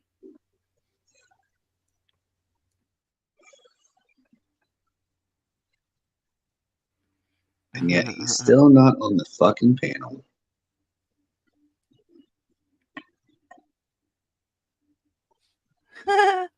No, I actually have a number that's set just for YouTube people. So it's a number that anybody could have if they wanted it. John was lucky enough to get it first. Second, maybe third.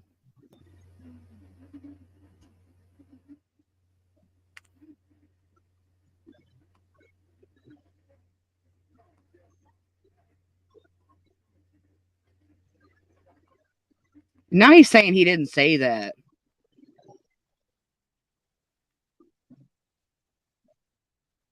I said what I had to say about most of these dumb cunts, though. I'm ready to go smoke weed. I mean, panel up and say what you have to say, bitch. Say what you have to say. Yeah, they won't, because they've already been got. They got. Don't do some limp-wristed, limp-dicked ass shit in the background. Show up, bitch, and show out if that's what you're trying to do. Or shut the fuck up. Yeah. Bunch of losers. Troll clowns, how you doing? Cheers. Cheers. So who's the troll? Who's the troll? The person on panel having an open conversation, or the people like secretly texting you with their opinions? John, get it together. Get it together. It's weird too. If he had something to say, usually he just says it. I don't know why the fuck he'd have to text me about it. Because he's weak as fuck. Sad as fuck. Sorry as fuck. He's had a problem with me since I said something about Peeps. And I stand by what I said about Peeps. Yeah, and he claims it has nothing to do with Peeps anymore. But like, what? But he won't get on panel and defend her. He won't get on panel and defend her. So shut the fuck up.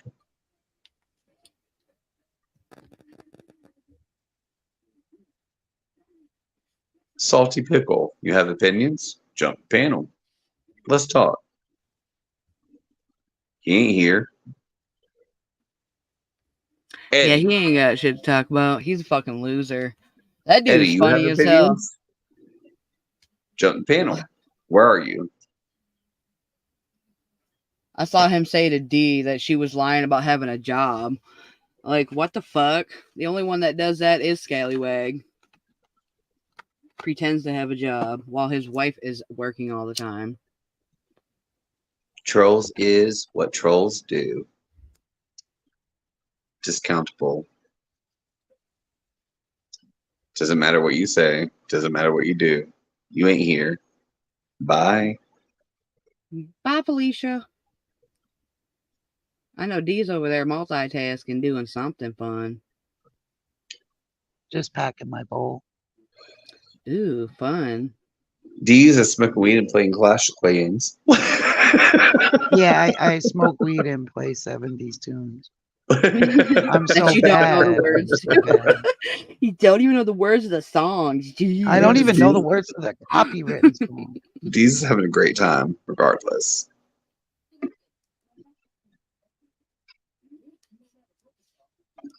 I'm having a good time with you guys. I appreciate you guys coming up, hanging out. Yes, man, me too. I'm having a good time too. Does like I think they try to bother me, but I'm really not bothered. Because where are they? You know what I mean? Who are they? You know what I mean? Like, they really can't affect me too much. They just try to. Exactly my point. It doesn't affect you if you ain't watching it. Right. I'm completely unbothered. I'm having a great night. I'm hanging out with my bestie, and I'm hanging out with Miss D's. Like, we're having a good time. What up, AZ? How you These doing? assholes, just trolls. He changed his name to Arizona Traveler White Trash. What the fuck, AZ? Is that really even you?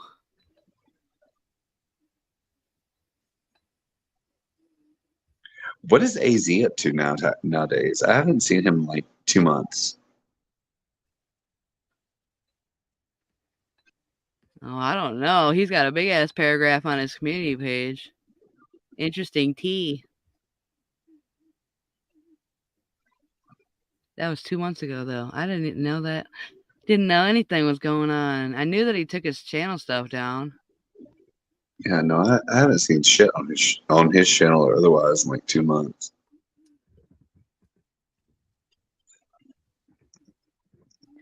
Last time I saw AZ, he was working on like remodeling his trailer. That was it. Yeah, it's been a long time since I've seen him too.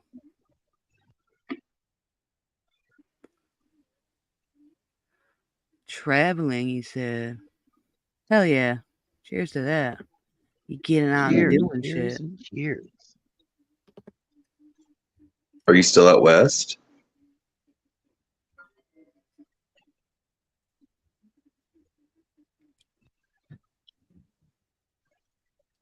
I don't know. Like, I see a lot of people in this community that are out west, and I never understood it because east is so good. The east is so good. You guys travel east. There are so many places you can park and have a great time. Beautiful places, great weather. Where, bitch? The East Coast is covered in ice.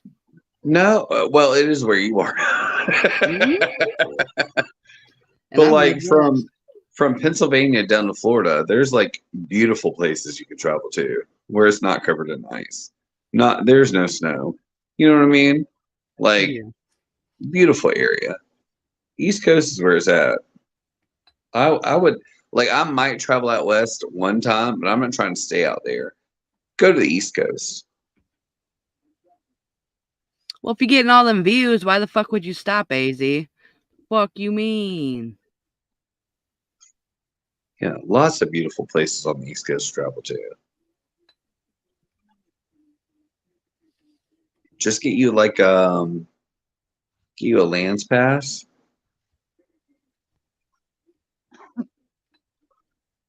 And just make your way through town, man. There's so many places on the East Coast that are beautiful. So many protected areas that you can visit. So many campgrounds. It's so nice over here.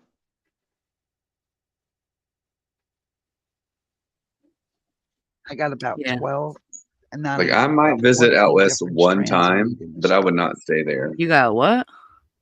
Like 14 different strands of weed in this one jar. Oh, nice. The jar of fruit salad. Oh, that sounds delicious. It's so good. But I'm just going to say it one time. Yeah, get you a land pass for the DNR and just travel wherever you can on the East Coast because there's so many places you can go. It's so nice over here. I have a lands pass. I travel a lot. Oh my. I love the East Coast. Well, what the hell happened, AZ, that you've been through all that? What the fuck?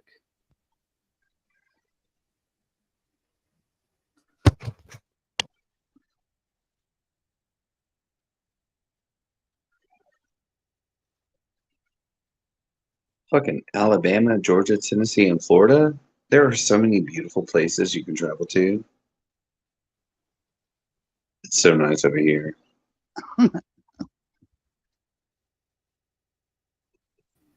There's a couple places you can hook a trailer up to for free. There's at least 2 campgrounds in Georgia. They're called the last free campgrounds of Georgia, where you can hook your trailer up for free. You don't, they're no cost, all resources, and just hang out endless amounts of time. Places that were like put in place by Army National, what was it called?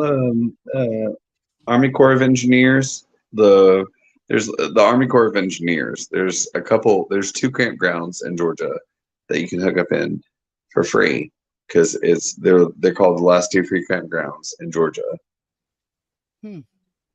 They're beautiful. Sounds like a fun adventure. Yeah. Get you a lands pass. Get you a DNR license and just find your way around the Southeast. It's beautiful over here. The lower Appalachia, a beautiful place to be. I love it here. I lived out west, you guys. And I'm not saying that out west is not good. I'm just saying I might visit it once or twice, but I'm an East Coast boy. Like I will come right back. I lived in Utah for a few years, but I will come right the fuck back to the East Coast. Alabama and Florida have like an enormous amount of natural springs. Like you wouldn't know this, like an enormous amount of springs. You can find natural springs, go swimming in, fishing in, kayaking in, if you're into kayaking, canoeing or whatever. Like Alabama and Florida are full of those places. Georgia only has a few springs, but Alabama and Florida, full of them. And they're all DNR lands, which means if you get a land pass, you have access to those for free. That's cute, D. That is so cute. I know. He can't come up here and talk to humans that were talking to him, because we're just a bunch of young, childish people. Like, okay. Poor Tyler. Yeah, now he's attacking Tyler. Like, what a weirdo. Tyler.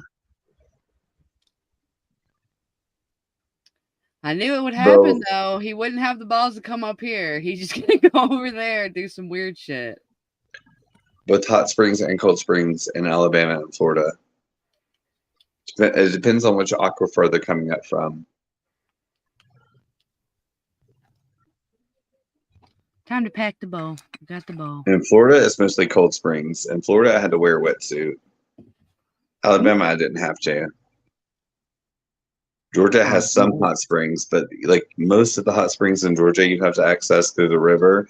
So if you don't have gear, you can't like easily access them. But in Alabama and Florida, you can very easily access those with like an inner tube.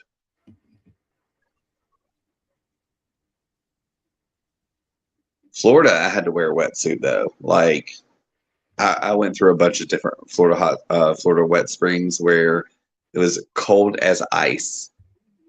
There are manatees in these fucking springs, but it cold as ice, you guys. Like I had to wear a wetsuit. I spent 3 hours in the spring one time, came out hypothermic. Like I was hypothermic for 4.5 hours after I came out the springs. So I had to wear a wetsuit. But many different like natural springs in Florida. And Alabama has a lot too. Georgia has like I think like 5 to 10 springs. I think half of those you can only access by river. Like you have to launch off somewhere in the river to find them.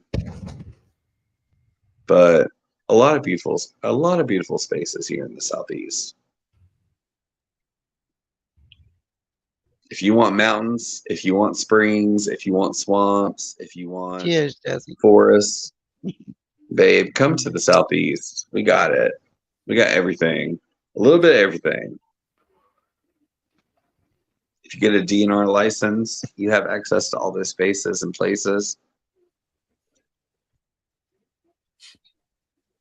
If you're only here for like a day or two, you just have to get a fishing license.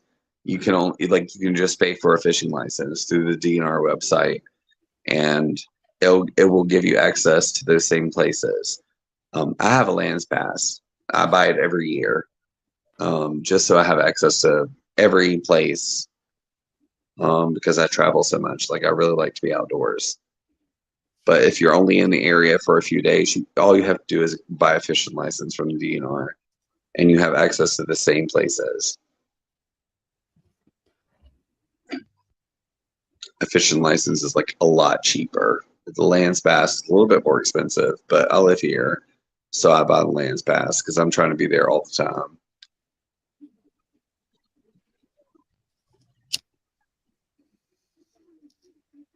I think a fishing license is like dollars on the day, like maybe $2 or $3 to get a fishing license. Yeah, they're not too expensive if you just get a whole one. But they give you access to everything else that a lands pass would. So if you're only in the area for a few days, just buy a fishing license. Hunting license is a little bit more expensive if you plan on hunting. A lot of people I know that come to the Southeast aren't really planning on hunting. They're just trying to like experience, the space. But a fishing license will give you access to everything lands pass will for however long you're in town. That's for Georgia, Alabama, South Carolina, Florida.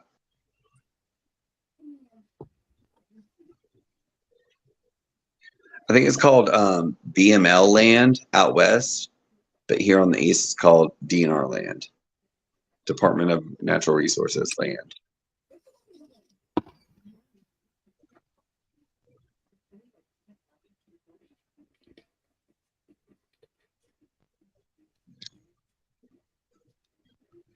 Now I'm stoned. I'm getting stoned. That's when I start getting quiet, is when the weed starts kicking in.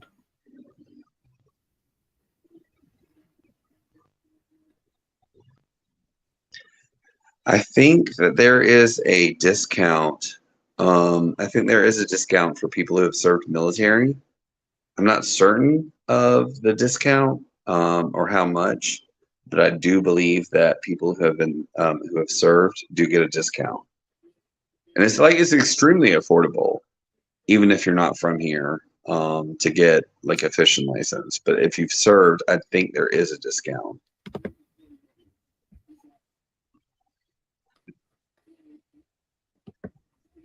I'm not certain if it's free or not. Could be, but I think there is a discount. Yeah, I think there is.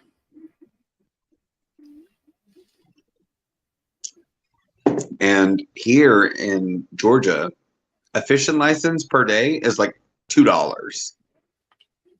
So if you're in Georgia and you want to hit up some of these, protected areas, you could pay a $2 a day fee to have access to them.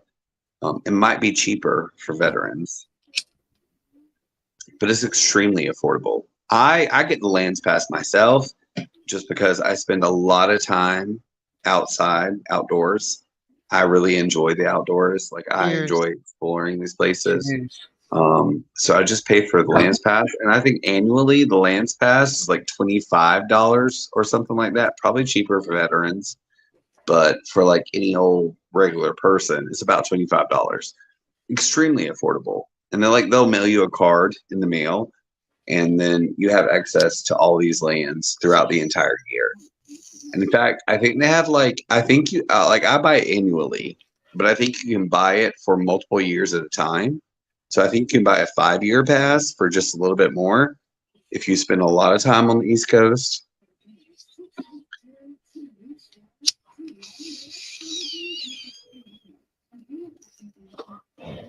Yeah, it's crazy cheap. It's crazy cheap. It's like $1 or $2 a day for a fishing pass, and that gives you access to all of DNR land, any DNR land. And then after you get the pass, you can look it up online, and you can see every area you have access to. And there are 2 places in Georgia where they have free campgrounds with water hookups and sewage hookups, and they're absolutely free, like absolutely free. And so if you have a camper or something like that, you can go hook up. And I think the pass gives you access to that particular campsite for 2 weeks at a time. I think after 2 weeks, you have to move to the next campsite. But I'm not confirmed on that. There's usually like a camp custodian. So like if you go talk to the camp custodian, usually you can like work something out with them if you want to stay longer. And they're not going to charge you or anything. But like just with land pass, you can be there, or a fishing license, you can be there for up to 2 weeks. I tried to tell Sam, stupid ass, this one time. He said I was a damn liar, but I'm not a damn liar. Yeah, he went ballistic over that. Yeah, and I told him where the fuck he'd go. There's 2 campgrounds. They're literally called the last 2 free campgrounds in America. Both of them are in Georgia, and both of them are they were built by the Army Marine Corps back in the day, and they're still free. Like they're still completely free. You have to sign in, and then you have access to those resources for 2 weeks at a time. And most campground custodians, if you talk to them, they'll give you as much time as you want to be there. Because every time I've ever visited those places, there's nobody there. There's nobody there. But there's water hookups, and there's like a sewer dump. Like if you have a camper, you can go there and stay there. And every time I've ever visited either of those 2 places, the only people there were the campground custodians. And if you just like go and talk to them, hey, I'm coming to fish, I'm coming to have a campfire and grill out, they don't give a fuck. They don't give a fuck. Like they're not fucking with you. You know what I mean? Yeah. I tried to tell Sam that when he was here in Georgia. Like I really tried to give him like tools to hang out in Georgia, but he treated me like shit. What up, Andrew? Cheers. Yes, cheers, please. Hey, Andrew. What's up, You Andrew? Also, I'm like, I've traveled across the states. Like, I low-key love Georgia. I want everyone to come to Georgia. Like, everything you could want from any of the states, you can find here. If you want mountains, you can find it here. Except snow. Well, except snow. If you want mountains, you can find it here. If you want coast, you can find it here. If you want canyons, you can find it here. If you want desert, you can find it here. If you want, like, whatever space and place you want, you can find it in Georgia. Like, I've traveled the states, and I've lived in, Missouri, Kentucky, Utah, Minnesota, Georgia. Like, I've lived all over the places. And like, I just fucking love Georgia because you can find it all here. Everything you need here. So I implore people, please visit Georgia. Oh, I'm going to sneeze, I think. I hate that feeling. I kind of wonder, like, sometimes I see like like we see all these homeless people who live out west, and I wonder like how did they end up out there? Why are they? Okay, one, I know that I you can get tell better you why. benefits if you're on Yeah. disability. That's You why get they're better. doing it. You get better disability out there. But here, if what you want is natural resources and freedom, you can find it here. If you want to experience all the different types of terrain, you can find it here. But if all you're after is money, go out west because they will pay you better. And also, I think the Northeast, somewhere up Northeast, is where they pay the most benefits. Not confirmed on this, but I think it's somewhere up Northeast, where you get the most benefits, like Vermont or something like that. Ooh. But if what you want is like nature and freedom and like not a lot of people in your shit, come to Georgia.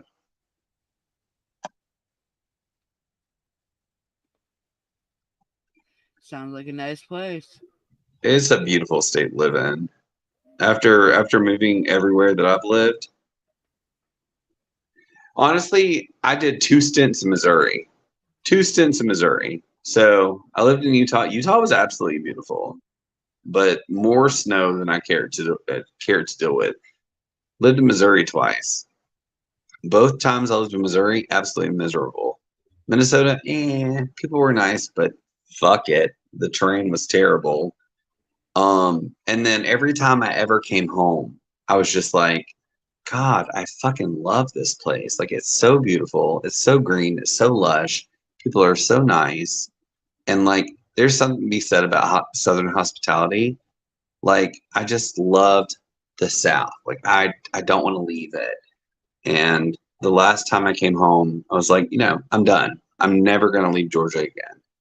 But because I just love Southern hospitality, and this state really does have like a little bit of everything to offer. If I want to be at the ocean, I am 2 to 3 hours away from the ocean. If I want to be in the mountains, I am 2 to 3 hours away from the mountains. If I want to be a canyon, I am 2 to 3 hours away from a canyon or a desert. Like if I want to be in the flats, I'm 2 hours from the flats, like the fields. Like we have a little bit of everything to offer, and also Southern hospitality. And like for me as a Southerner, like when I moved out west, when I moved up north, there was this coldness that people had that I did not want. I did not like, because like I'm so naturally warm to people. When I gave that warmth to people and they were cold to me, I did not enjoy it. And so like moving up north, I really did not enjoy it. Moving out west, I really did not enjoy it. And so when I came home, I was like, no, this is exactly where the fuck I want to be. Like I want to spend all my days down here. And I don't know if it's for everybody, because we have a goddamn hot ass summer, but the trade-off is people are fucking nice, and you can go to the ocean in 2 to 3 hours. You can go up to the mountains in 2 to 3 hours. You can go, to the springs in 2 to 3 hours. You can go to the fucking desert and the canyons in 2 to 3 hours. You have everything you need right here. So like, I really don't want to go anywhere else. Cheers to that. I like where I'm at too, though, because we've always been in Michigan. See, I want to visit up yonder too. I'd like to visit, but when I visit, I'm gonna come visit. Then I'm gonna come back home. When you say there's a cold front, bitch, there's true though. There's people that are just cold as fuck everywhere. Like I try to smile. That's and be absolutely nice a thing. and shit like that, because people are just not as nice as they used to be. Yeah, no, like Southern hospitality is a thing. I don't know where the line is exactly. I just know that like when I lived in Louisville, Kentucky, there was still Southern hospitality. But when I went to Missouri, Bible Belt. right. But when I went to Missouri, there was not Southern hospitality.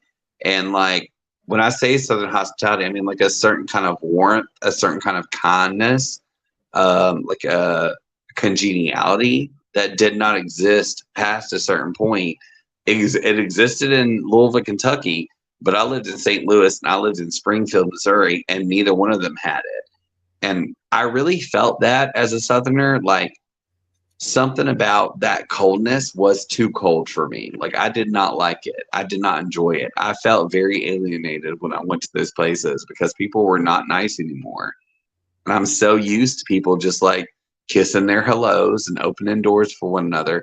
But if you open a door for someone in the north, if you hold a door for someone in the north, they'd be like, the fuck you doing? You know what I mean? Like, yeah, they are people, shocked. yeah, people up north don't expect that level of congeniality, but down here it's absolutely expected. You know what I mean? And so, like, for me, that was kind of culture shock. Like, it was really hard for me to accept because it is so ingrained in you down here that you just be kind to your neighbor. But then once you reach a certain point up north, they don't do that shit. And if you are too kind up north, people react to that with suspicion. Like, they're like, this is suspect. Whatever you're doing, I don't agree with this. Why are you holding the door for me? You know, like, it's a weird thing. And so for me as a Southerner, it was very culture shock. I was just like, I'm just trying to be nice. And they're like, why the fuck you trying to be nice? You know, like it just, I didn't know how to deal with that. And so I lived in a lot of places where it didn't exist. And then I was like, no, I have got to go back down south. Like, I have got to go back down south because, like, I was raised to hold doors for people. I was raised to, like, kiss my hellos. I was raised to say yes or no, sir. I was raised to be nice to people like that. But once you go to a certain point up north or out west, that shit doesn't exist. And people look at you like you're a fucking alien if you do it. They look at you like you're a simp if you do it. They're like, why the fuck are you holding the door for me? I don't need you to hold my fucking door. I can hold my own goddamn door. You know, like, I just I did not enjoy it when I moved up north or out west. Oh, Ginger said don't flip the bird up north because they'll chase you down and cuss you out. Gee. Most definitely. People reckless. Yep. Is there anything amazing going on? D. Anything amazing going on? I don't know. Azzo has my attention this whole time.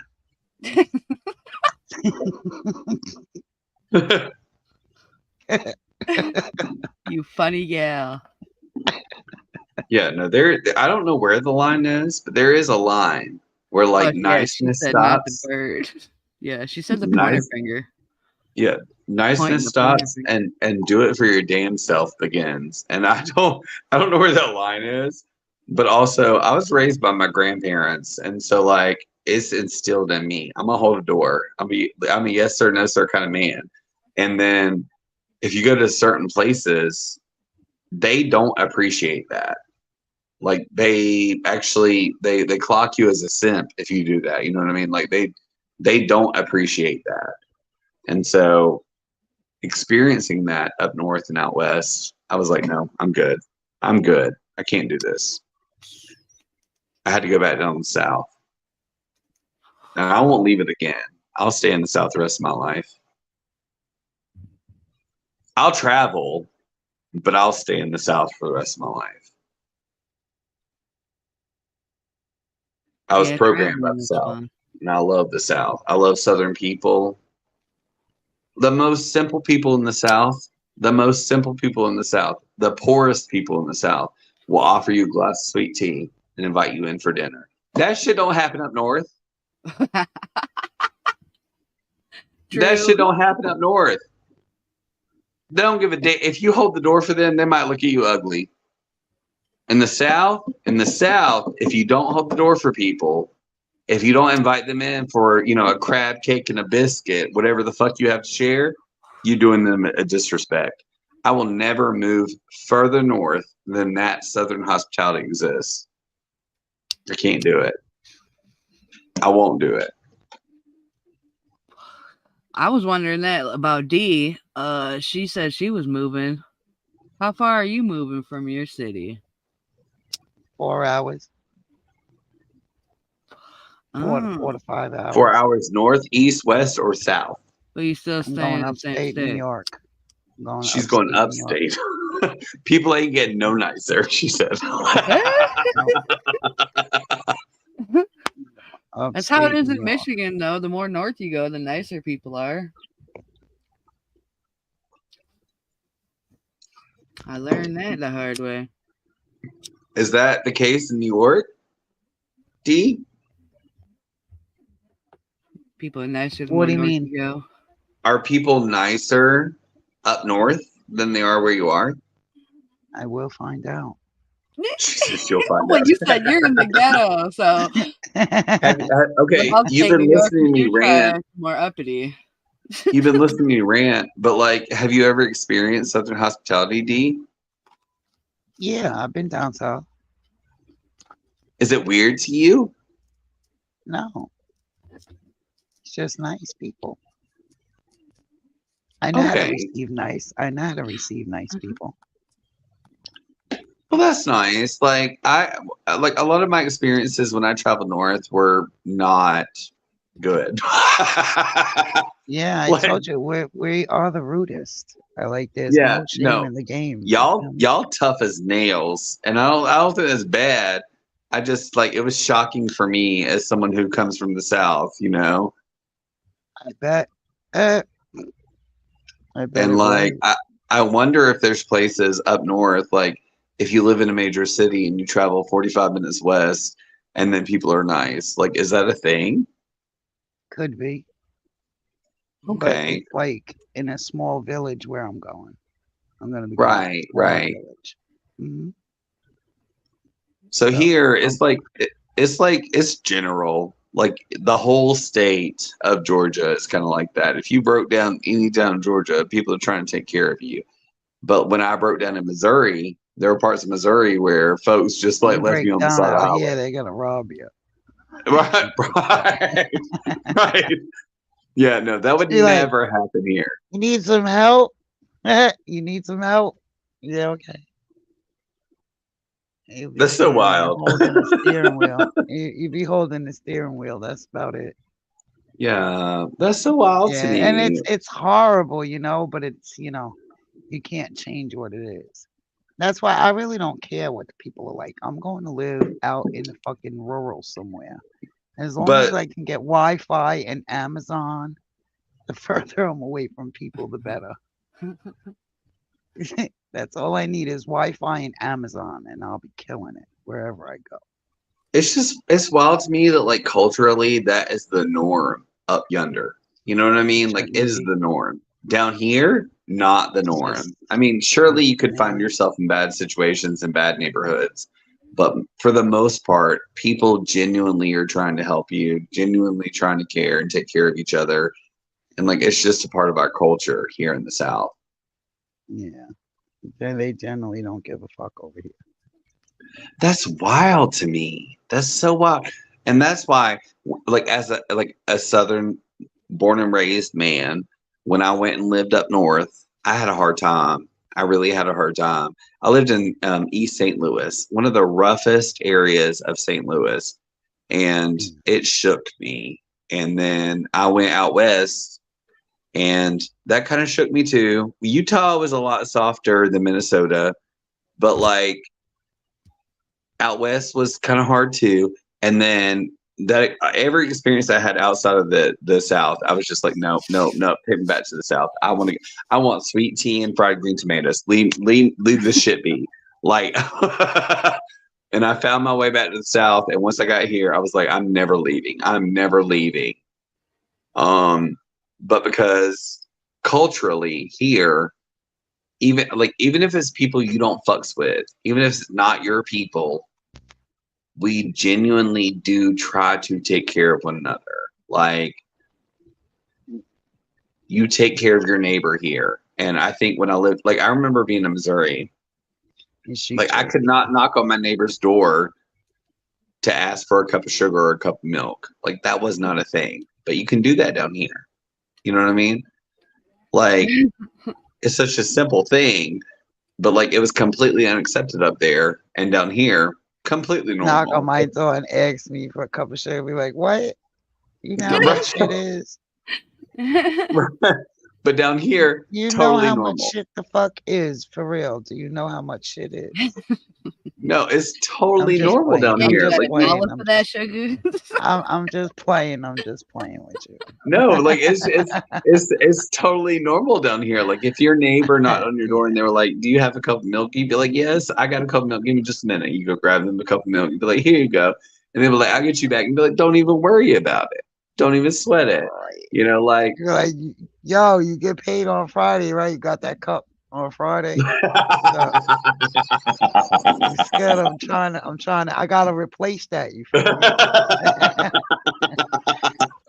That's so funny to me. But like that is such a square example of like the difference between the North and the South. Like in the South, people just take care of each other in a different way. Like you hear the term Southern hospitality and you think it's just because we're friendly or you think we're stupid. It's not that. Like you really take care of your neighbors. Like it's like this like you're like it's something I don't know, it's something deeply instilled in you. You take care of your neighbors, you take care of your family and your friends, like you help a stranger.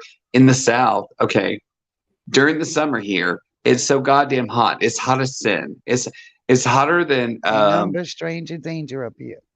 right. It's hotter than a fresh fuck fox in a forest fire in the South in the summer. And like we literally put water bottles in our mailboxes for our mailmen. You know what I mean?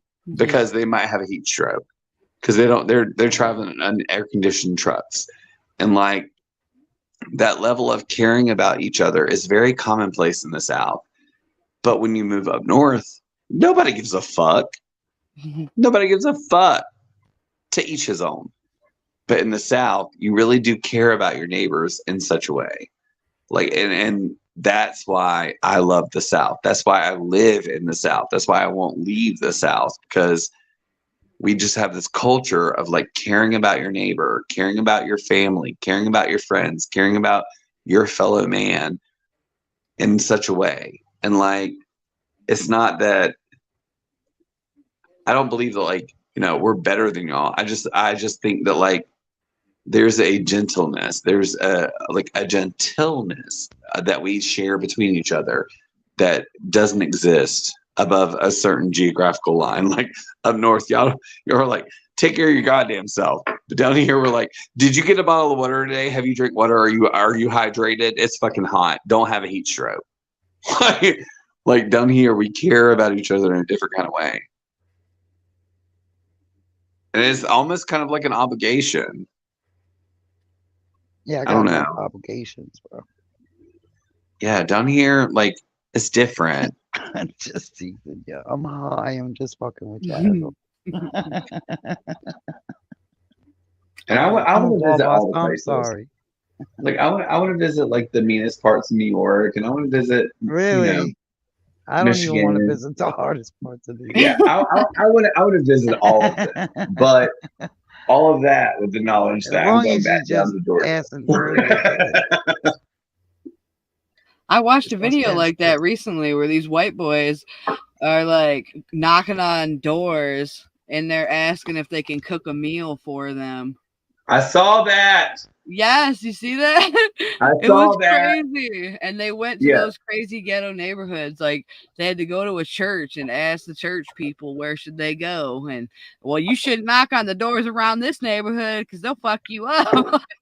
They're looking For them up real. and down, telling them straight up, bitch, stay out of these neighborhoods. You came to the And right see that- church, but you're fucking with the wrong neighborhood.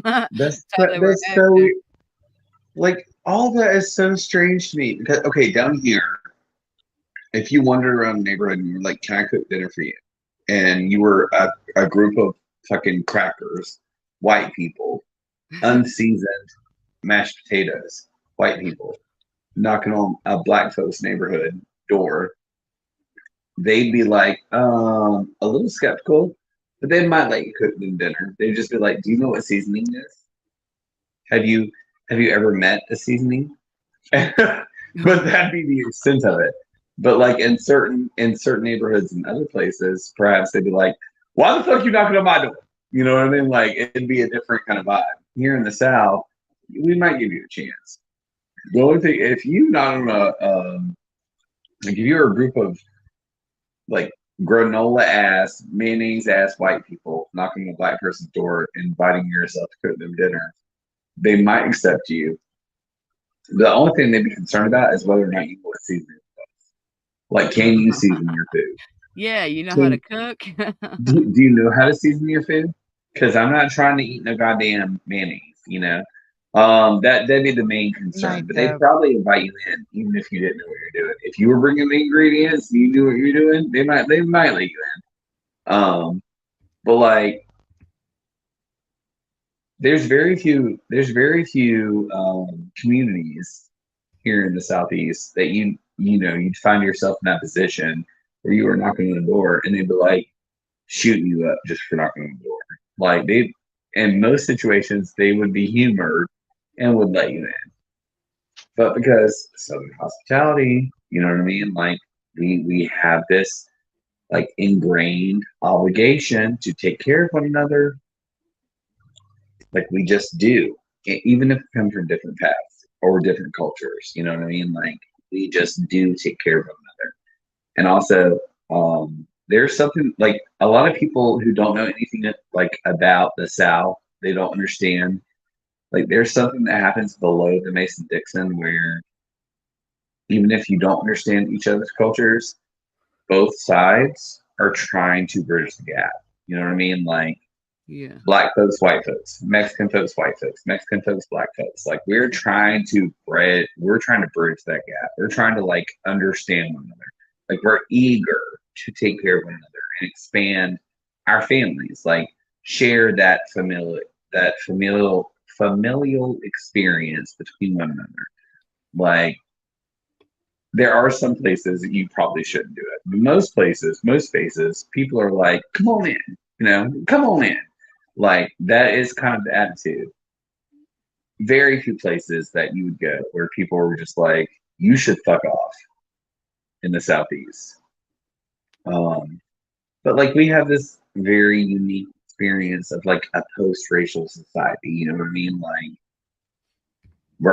We've been trying to, continue to try to, for the past 100 years to bridge the gap.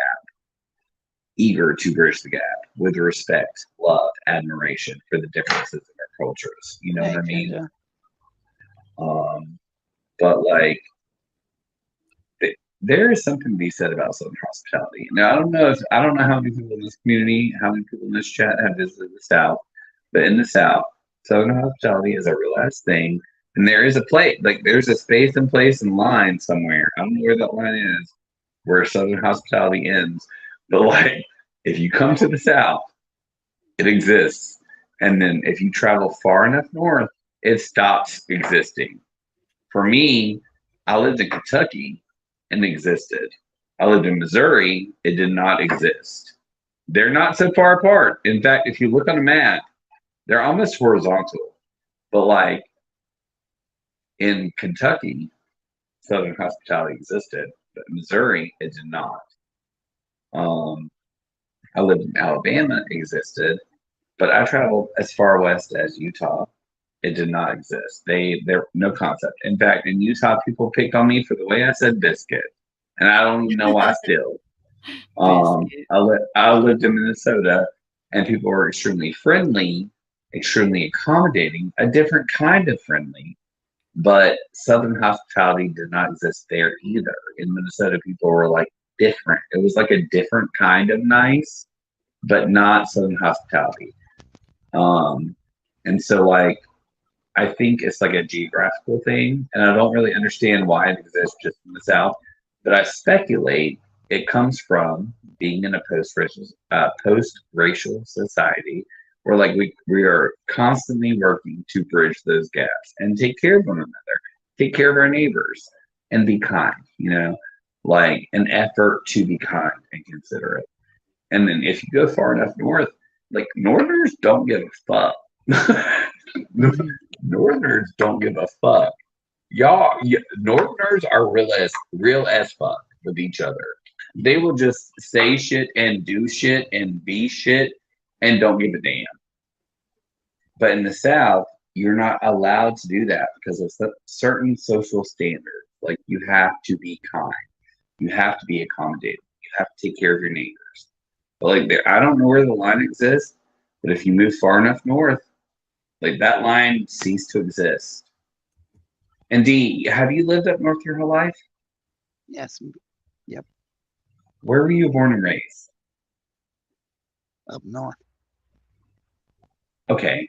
And you said you visited the South, but you live up north. Mm-hmm. Yeah. So you understand this maybe more than others. Like when you visited the South, were you like bothered by how like familiar, kind, and congenial we are? No, I said it before. I received nice well. I'm sorry, what? I received nice well. Okay. But like it was like more nice than you had experienced up north, right? Like it was like a lot. No, it wasn't a lot. It was cool. It was different, eh? But up Yeah, north it's not you a know. thing, right? It's not a thing up north.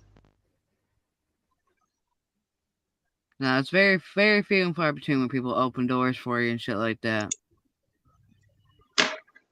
Yeah. Here, if you don't hold a door for your neighbor, if you don't hold a door for the next, like when I walk into a gas station, if I see somebody within like 15 feet behind me and I don't hold the door, I have refused a social obligation. Like I have to hold the door. Yeah. Oh my God. No, I have to hold the door. And if I don't hold the door, I'm a rude asshole. And so I will hold the door for the next person. And they'll be like, it's a 50-50 chance, honestly. It's a 50-50 chance that someone will hold the door for you nowadays in my state. that is a common social grace here. Like you do absolutely hold the door for Cheeerz, people. Santa. Yeah, You like don't even just hold the door. You don't even just hold the door. You're like, how are you doing? You having a good day? say something. Good day, sir. Like you really just like it's so many things. Like you hold the door, you greet them, even though it's not your fucking job. You're busy. You're obligated to your work. You're in a rush. You still hold that fucking door and say hello and greet that person. But when I did that up north, people looked at me like I was a fucking idiot.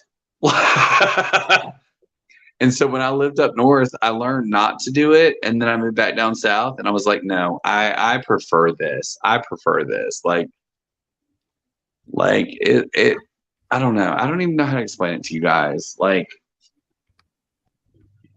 I prefer living in social graces. Like I prefer living in social graces. And like in the South, social graces is the way. Like we've been taught through our breeding and our bringing ups that like this is how you do it. And like I prefer that. But when I lived up north and I did those things, I got mixed results. Like people treated me like I was an asshole when I held the door for them. And it made me feel some kind of way because the whole time that I grew up, like I was taught this is how you do it, this is who you are. You hold door for people, you say yes ma'am, no ma'am, you treat people with respect. And then when I did it up north, people were like, you know, they were sour when I would give them those graces. Sort of like I do on YouTube and how I get received on YouTube, right? Right. Sort of like that, right? I was gonna say, like YouTube. I get the picture. Yeah, I get the picture. Except in YouTube, Totally you get it. see there's assholes everywhere. Eh? Yeah. There can be assholes and nice people everywhere. Right. There's a But bunch what of I'm saying is how I choose not to be derogatory and argue and Yeah. get ruffled and those things, you know, and how to Yeah, I see carry what you're myself. doing. You definitely carry yourself Yeah. well. Yeah. You really do carry yourself well. And honestly, as a man of the South, I have to say, I think you're a woman of grace. Like you have been very nice to me and everyone I've ever seen you interact with. Like, even though you're a person of the North, you've never treated me otherwise. And like, Even though you're a person of the North. What the fuck? No. Like you've never been sassy or bitchy or cunty with me, but I've experienced What people up, of the Jezzy? North, and like you've always been very graceful with me, and like I really respect that shit. I really respect that shit. How you doing? And I know Arizona. I know you're trying to like float this line between both communities, every community, and every personality, and I think you're handling it so well, so gracefully. Yeah, because people can be real assholes. But Yeah, that's what they're doing. Like, they're trying to push her buttons. And I think she knows that. She knows because she's been watching, you know? She ain't brand new. like No, I've been here 3 years watching. I'm low key kind of shook because most people come in here, you know, green, but like you're handling it very well. And there's Well, like a lot of you know, buffoonery. again, it's not just about them. It's more about me, you know. It's more Yeah, I about hear you, me. Jezzy. Hey, Arizona, it's nice to see you. That's what my shit was about too, D. Like, I went live to hang out and have a place to chill. You know, Yeah. it didn't matter about the views or who was chilling with me. It just mattered, like, hey, I'm here. Let's chill. You know, and it was fun. Well, I get the shit about the chat, you know, and I dig that. Yeah, I definitely I do dig too. that. But I let everybody say whatever they want in the chat. It's free for all. And like I said, my videos, my streams are set to adult. So everybody that in there is an adult. So if you don't want to engage, you don't engage. If you want to engage, you engage. You don't want to see it, you block. You don't want to be there, you don't come. It's real simple. You know, it's not even options on StreamYard. It's your own option. It's real simple. You know.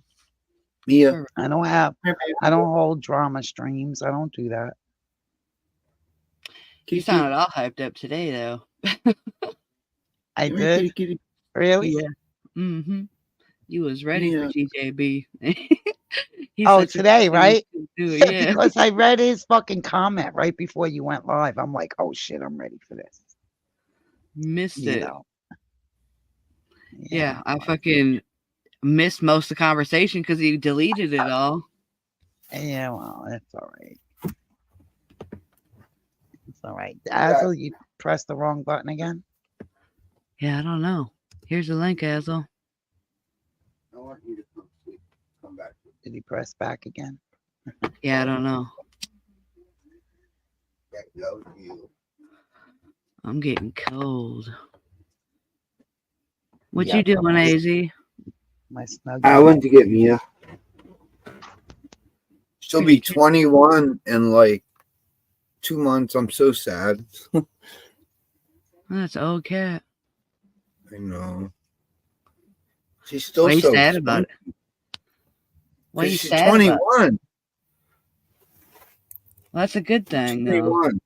Yeah, but doing the math, she ain't got much long, like too many years longer.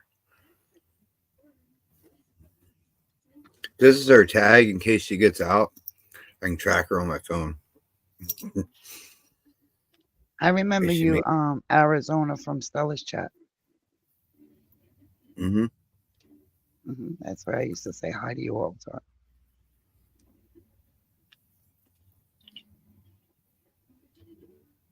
What? Yeah, I'm stoned. You're spoiled now. Azel, did he say goodnight or I didn't hear him? No, maybe he just saw the time and dipped. Word, just like that. What time is it there? Oh, it's 8:59 here. Well, I'm in Arizona. 12, so weird. yeah. It's 12. Yeah, it's almost midnight. Who knows? Oh. I'll ask him.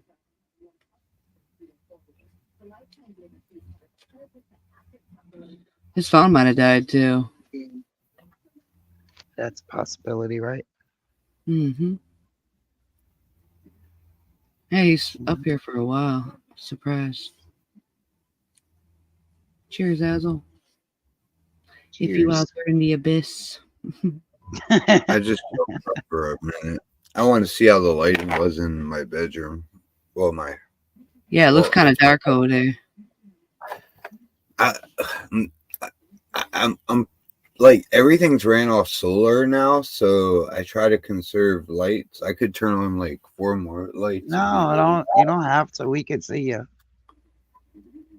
Yeah, no, Right. you're good. But We'll see you. But yeah, so like I got everything run off grid now, pretty much. Yeah, well, I am completely off grid. So, but yeah, I got everything finally run off solar, like even like my outlets and stuff. I can like plug shit in. That's what's up. But yeah, solar got really cheap. I can get these. You can get like 275 watt panels. I can get them for $199. That ain't bad. That's cheap as shit. Like fucking 4 years ago, that would have costed. Is that even a word? 4 years ago, that would have cost. 2 years ago, man, like $100 panels were going for like $200 for a 100-watt panel. Now you can get these like big ass, like, you know, like 370. They had 450, but my when I get my what I want, I want to put 1,500 watts on it. So I want to put 4 of the panels that I have now, and I'm only running 2. I'm only running 750 watts, and I have 4 batteries with 880 amp hours. So I get you plenty of energy. Yeah, I basically, when I get home, it's about dark, and when I go to bed, like I'll be at like 12.9, 13 volts, because it's, you know, wintertime, so the sun's not out all day, you know. So I'll be at like 13 volts, and when I go to bed, I'm at like 2.4. And then, I mean, it keeps it like charged, like, you know, like, yeah. I only have 2 hooked up right now, 750 watts. So, yeah, but like, it's enough to do the job. But when I eventually start running more stuff and things, I'm gonna need a little bit more power. So I'm gonna get 2 more panels. Well, I already got the panels. I'm gonna hook up the other 2 panels. But yeah. Nice. But that's how it is. Nice setup. Yeah, once you get up to north, I heard you say you're in southern New York or wherever. So I'm assuming you're like in New York, or probably like Buffalo or somewhere. No. What's that? No. Are you in southern Erie? Like, I mean, how far south are you? It's definitely nicer up farther north, because I was stationed in the Army at Fort Drum, New York, which is what's up north, like pretty much east of Montreal. But people are a lot nicer up there than they are in southern New York.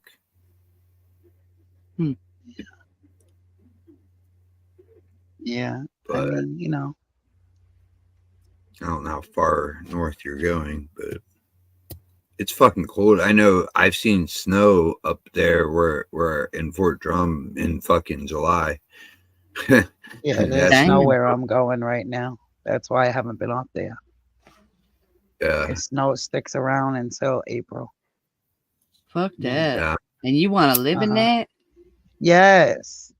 My goodness. Yeah, that's where I'm trying to find land right now, and I'm looking like Arkansas, like 20, Georgia. 20.50 acres for 145,000 Yeah, I'm getting like I was with a looking at like farmhouse on it, with a 3-bedroom That's nice. farmhouse on it, that's a killer. and That's barns and all types of outbuildings. so you're getting like a little mini farmette. Like I could if I wanted to. I don't know if I need 20 you acres, should. You though. know what you should really consider doing? Boarding horses. There's like good money in that now, especially with hay. Yeah, I know. I was looking at it. I was looking into it. Like you And can they make. even help with the food too. They help with everything. Yeah, people, because they'll come and take care of their horse like so many Yeah. days a week, you know? But Mhm. I mean, people pay like $800, $1,000 if you got a nice little, if you do a nice setup, you know.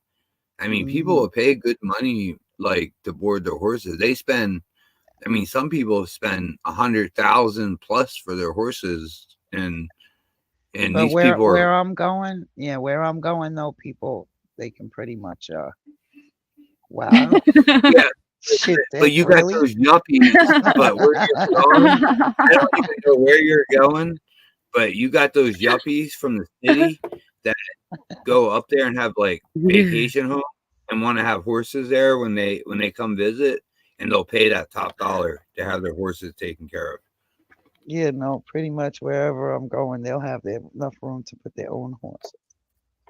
Yeah, but they're not there to take care of them because they're in the city, you know, and they only come 2 times a month. Take care of their horses though. What's that? I don't want to take care of their horses. Yeah, I was just a suggestion to do with. No, I appreciate it. I'm just not looking to work. Well, put that in the contract that you ain't taking care of the horse, that they got to take care of their own damn horse. You just making them pay rent. Yeah, you can do that too. You can just they just do rent boarding. the stall for the horse to stay in. Yeah. You might have to do a feeding because people. I want to get a couple of. I want some chickens. I want a couple of goats. Horses are good. Turns into $1 million. Horses are good because they can do work too. If you get a harness for a horse, man, they'll pull logs and like tree stumps out, like. And goats are really good too. Like you got like a hill, you don't want to mow, weed whack, tie the goats up there, and they'll chomp it all down. You want to maintain it. Yeah, definitely. Goats are good. Shanda got an awesome setup. Yeah. Goats are good. Her setup is fucking amazing. Who'd you say? Chandelier in the comments. Oh, okay. Chat. I wasn't looking at the chat. I always fucking forget to flip back over.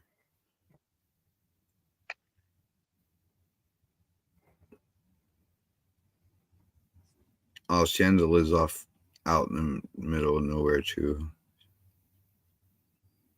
Shanda knows what's up. Horse boarding is a good gig. Yeah, horse boarding is a good gig. What I wanted to do was just adopt a horse or two that were going to be, put down, and then go buy them at there's auctions where they sell horses to slaughterhouses. Go there and you can get a horse for like $500. Yeah, it's horrible. I don't think they should. Horrible. I don't think they should. I don't think that they should be using horses for dog food and shit. Like, no, I want to sure be like their last forever home. Yeah. Go to try to find an auction for where they send them to slaughterhouses. And you can find horses. You can find like fucking $200,000 race horses at those slaughterhouses that broke a leg, and it's fixed, but now they can't race no more. So the owner, they don't want them. They're not used to them. So they just send them to be slaughtered, you know? I know. And Wayne, you would give me Wayne? I think Wayne is so freaking handsome. I heard he's a runner. I heard he's a runner, though. He keeps escaping. Piggies are adorable. They're so fucking cute. Did you see Shanda's baby pigs when they first were born? Adorable. Oh my god! How many pigs do your pigs have, Shanda, naturally? They were so fucking. And when they started running around real fast, they were fucking too much.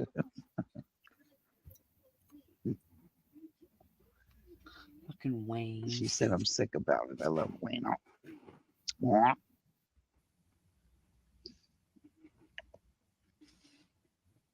You plan on getting any more animals, D?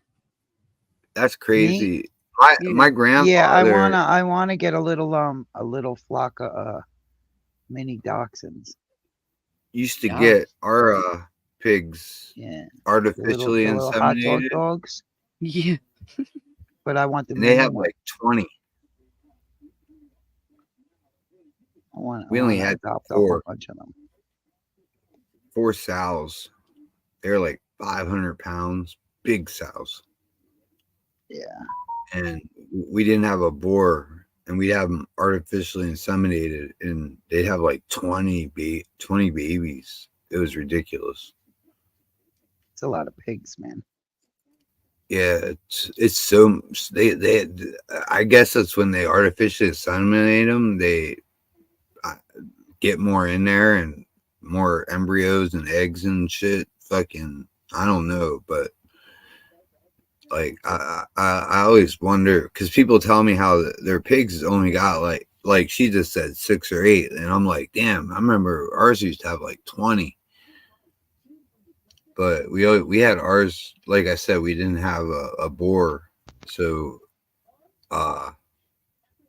we had them artificially inseminated them, and that was me. Like we my grandfather sold them. He raised them till they were I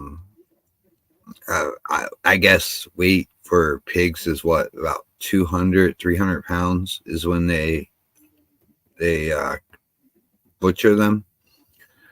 But we'd always keep like one female, but we get, everybody in the family got like 100 pounds of like pork for the winter.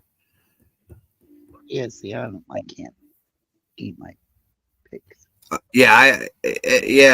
couldn't eat my pet, like my pets. Yeah. Like I had like a farm now. I want to do a little hobby thing, but I'm not looking to like go full on fledged farm. Oh yeah.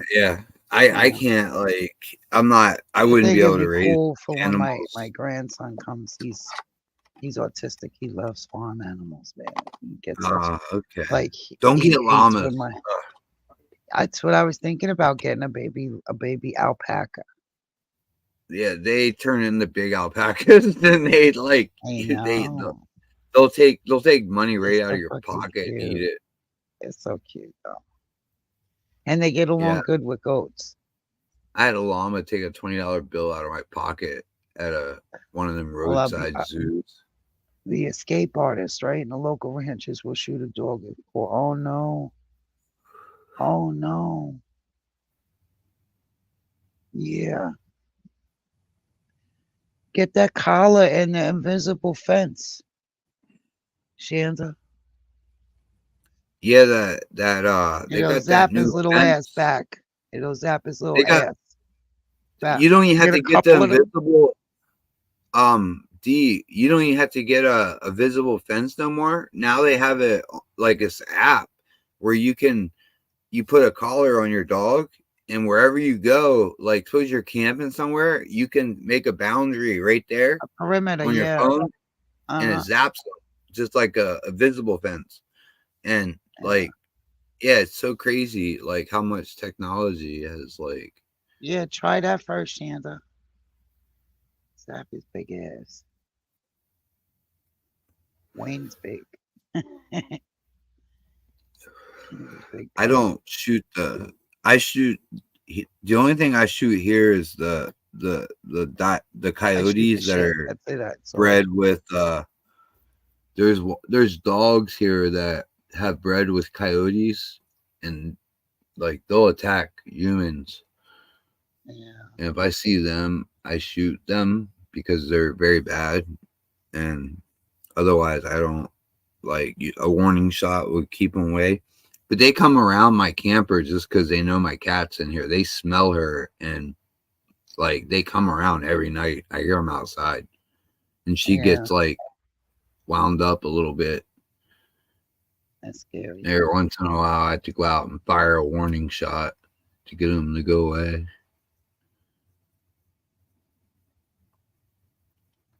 But the wild dogs that are like part coyote, they'll stick around and they'll like come at you, like, and they're usually coyotes are scared of humans for the most part.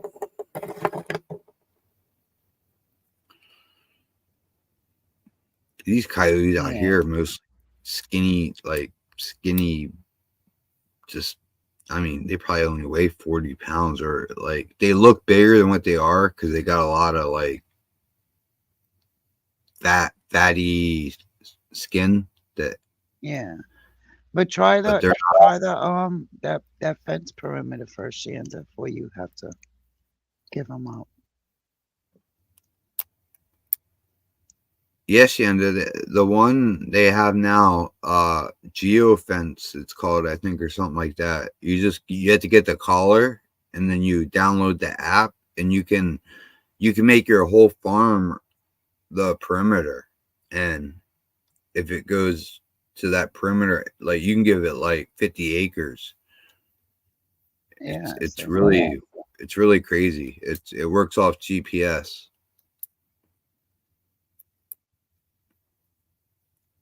So you don't actually have to have that fence put in the ground anymore, that wire. Yeah. Yeah, that was the invisible fence thing, yeah.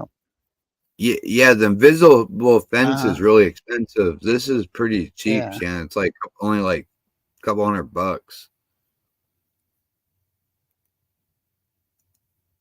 Should I call it and work on them?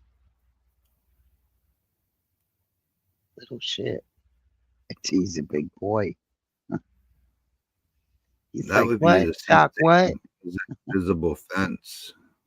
Yeah. Hot wire fence. Yeah, like the bear fence. We'll bust his little ass backwards. Get 2 collars and put on his ass. Hot wire fence, nothing. Oh my.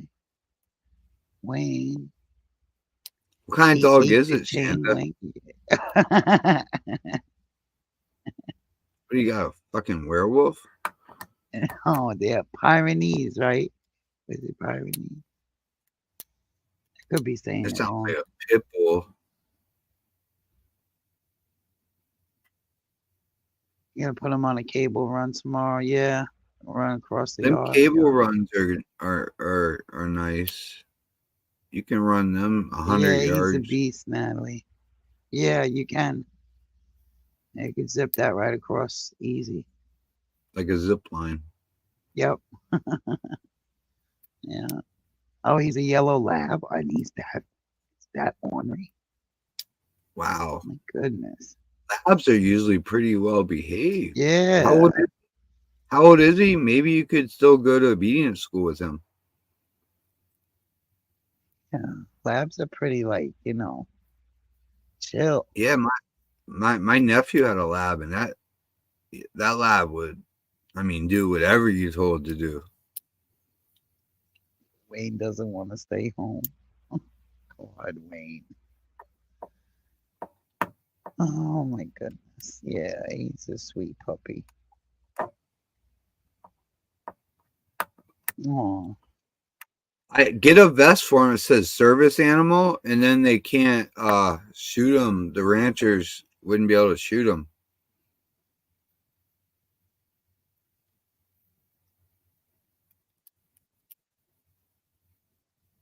Get a big old orange service vest and put on them. It says service Yeah, animal. get an orange vest and put it on him. It says service animal. Yeah, maybe they won't bother him until you can figure out what to do. Keep his butt home.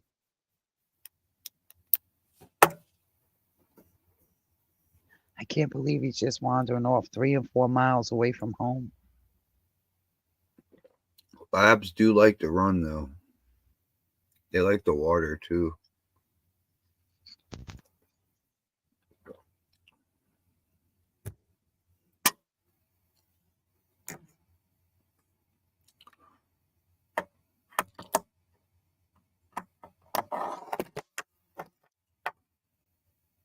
What's up, man? You sat beside Dad. Being a good girl. Come here. You purring. Okay. Kitty. Kitty. Damn it, I was muted the whole time. Was you talking? Yep. Food her a day now. I do. I wonder how long that was muted. She eats more than me. For a fucking minute, bro. For real. Yeah. Fuck. Yeah, mailbox or two, right? Yeah. They get some of them just, You have to give me can't- 2 or 3 more years at least, okay? 2 years? 3 years? You know, 24? Don't be sad right now, Amazon. Please. I always tell her, I'm like, you have to give me like 3 or 4 more years. Give him Fuck, 23. how old are cats? 21's old, but she's still spunky. And my grandma, man, she used to have cats that were like 27, 28 on the farm. I know they were As old. long as you take care of her, Yeah, she's well taken And care of. she She don't got have any good teeth energy. problems. She's never had. Speaking Yeah, she of, has good. I gotta take my dog out for a walk. I'll be right back, okay? She Alrighty. attacks the shit out of me. The only thing I notice, like once a month, she'll pee on the floor, and I'm like, "What'd you do?" Like Mia, and she did, and I think that's older. As she age, gets but older, yeah, it probably will happen more. But she's had no she's never had like any like one time when she was like 3, she had that meningitis in the back. It was pretty like I had to give her like really strong, like it was pretty bad. Like she almost died from it. And one time she got attacked by like a bobcat when she was like 2. She had like 50 some stitches. But other than that, like she's never had health problems. That's good though. She'll probably live for a few more years for sure. Maybe 25. I think the oldest cat I was looking the other day is like 31 or something like that. Well, do you got proof that it's even the same cat, 21 years old? I've had her Where's your since proof? 2004. I got pictures of her in 2004 when she's a kitten. I can document all of her. If you look on my Facebook, she's documented. Yeah, I'm just joking. I do have to brush her, and I had to sometimes shave spots of her that get natted because she doesn't groom herself, though, the way she did when she was younger. She does neglect on that part, but I think it's because the hairballs, she don't like getting the hairballs and throwing them up and stuff anymore. But I actually have to I had to shave like half of her this past summer. Like she was so natted when she was shedding because she wasn't grooming herself. Like she would groom herself, but not as good. Like she gets certain spots and miss other spots. So I think it's harder for her to get to them. So like I literally had to shave her, and that wasn't very fun. Why the hell would you shave the cat? Because it was matted up. You said. Yeah, it was getting matted, and yeah, it was and like one spot like got right to the skin, and it started like that's fucked up. I could tell that if I didn't, it could get infected like that. Like that's what can happen. Crazy. So I shaved it off, and it grew back nice. And I just brush it. I brush it more, but there's like 2 spots that I'm gonna have to shave off that I had missed on the brush. I guess I just found them when I was rubbing her the other day. Right here on her by her neck. 2 spots that I missed with the brush that she must not let me get a good angle at. But I just brush her every day now, and I used to have to brush her only like once a week, and that was just to get like loose hair out because I hate cat hair. Yeah, definitely got to keep it groomed. Keep the kitty groomed. Yeah, she's a good girl. You're a good girl. And she's gotten like more friendly towards me in the last like year. It's kind of because she's always been she was feral when I got her, and she was always like a wild cat. Like she's wild. Like nobody can like really pet her except me. People try and they get fucked up, but it's kind of funny because I tell everybody, but people, oh, I'm a cat whisperer. I'm like cats love me. Yeah, okay.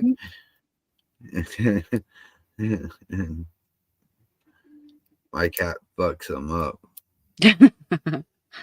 Cats be crazy. They're unpredictable. Yeah, I'll wake up in the middle of the night and she'll be fucking attacking me. I'll be like, what the fuck do you want?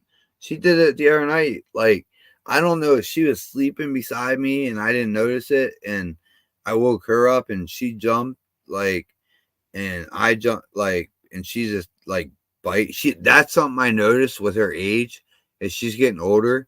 She must have dreams, but she'll be sleeping on the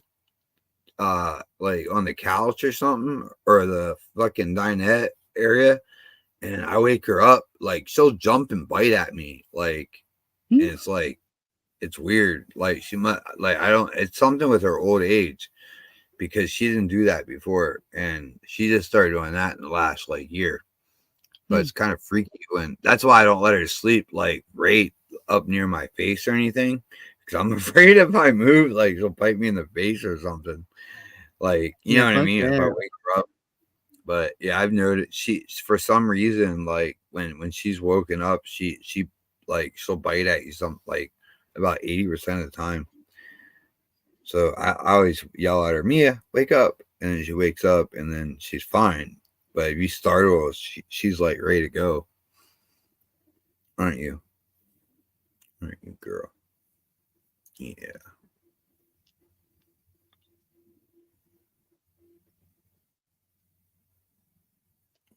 Yeah, I've been on here for 3 hours anyway, man. I'm ready to get off here. Thanks for coming up, AZ. Dee went for a walk with her doggo. But, Oh, I don't want any more cats. I'm not having. You're not going to get any more after that? No. I got some stuff. I want to do some other traveling, to other countries, and do some other things that I can't do with a cat. So in 5 or 6 years, I'll get, I'll start doing some other things. But yeah, I'm not going to get no more animals. I think you might eventually in your old age. I'm only not that old. I'm not that much. I'm not that much. Oh, yeah, that's what I mean. after you're traveling and shit, you're gonna settle down eventually with probably with another cat, right? Nah, because I wouldn't want the cat to be worried. I wouldn't want to worry about what happens to the cat. Hey, if I live till I'm like, if I live another 20 years, I'll be happy. Like, so it is. If I live till I'm 60 something, like 62, I'll be happy. So, all right. Well, I just jumped up to say hi. It was good seeing you, Jezzy. It's been a while. Good seeing I you. told you too, to add me on Facebook. I don't have that many people I add on there, so it's very no, private. I don't do that. But I don't do that. You don't do Facebook? Yeah, no, I ain't gonna add nobody on there. Yeah, I don't. That's why I said I don't add anybody. But yeah, I literally nope, I'm don't. on YouTube. That's where you can find me. Yeah, I'm kind of away from YouTube. But all right, it was good seeing y'all. Have a Cheers, good night. man. Thanks for coming up. Peace. Yep. You have a good one. You too.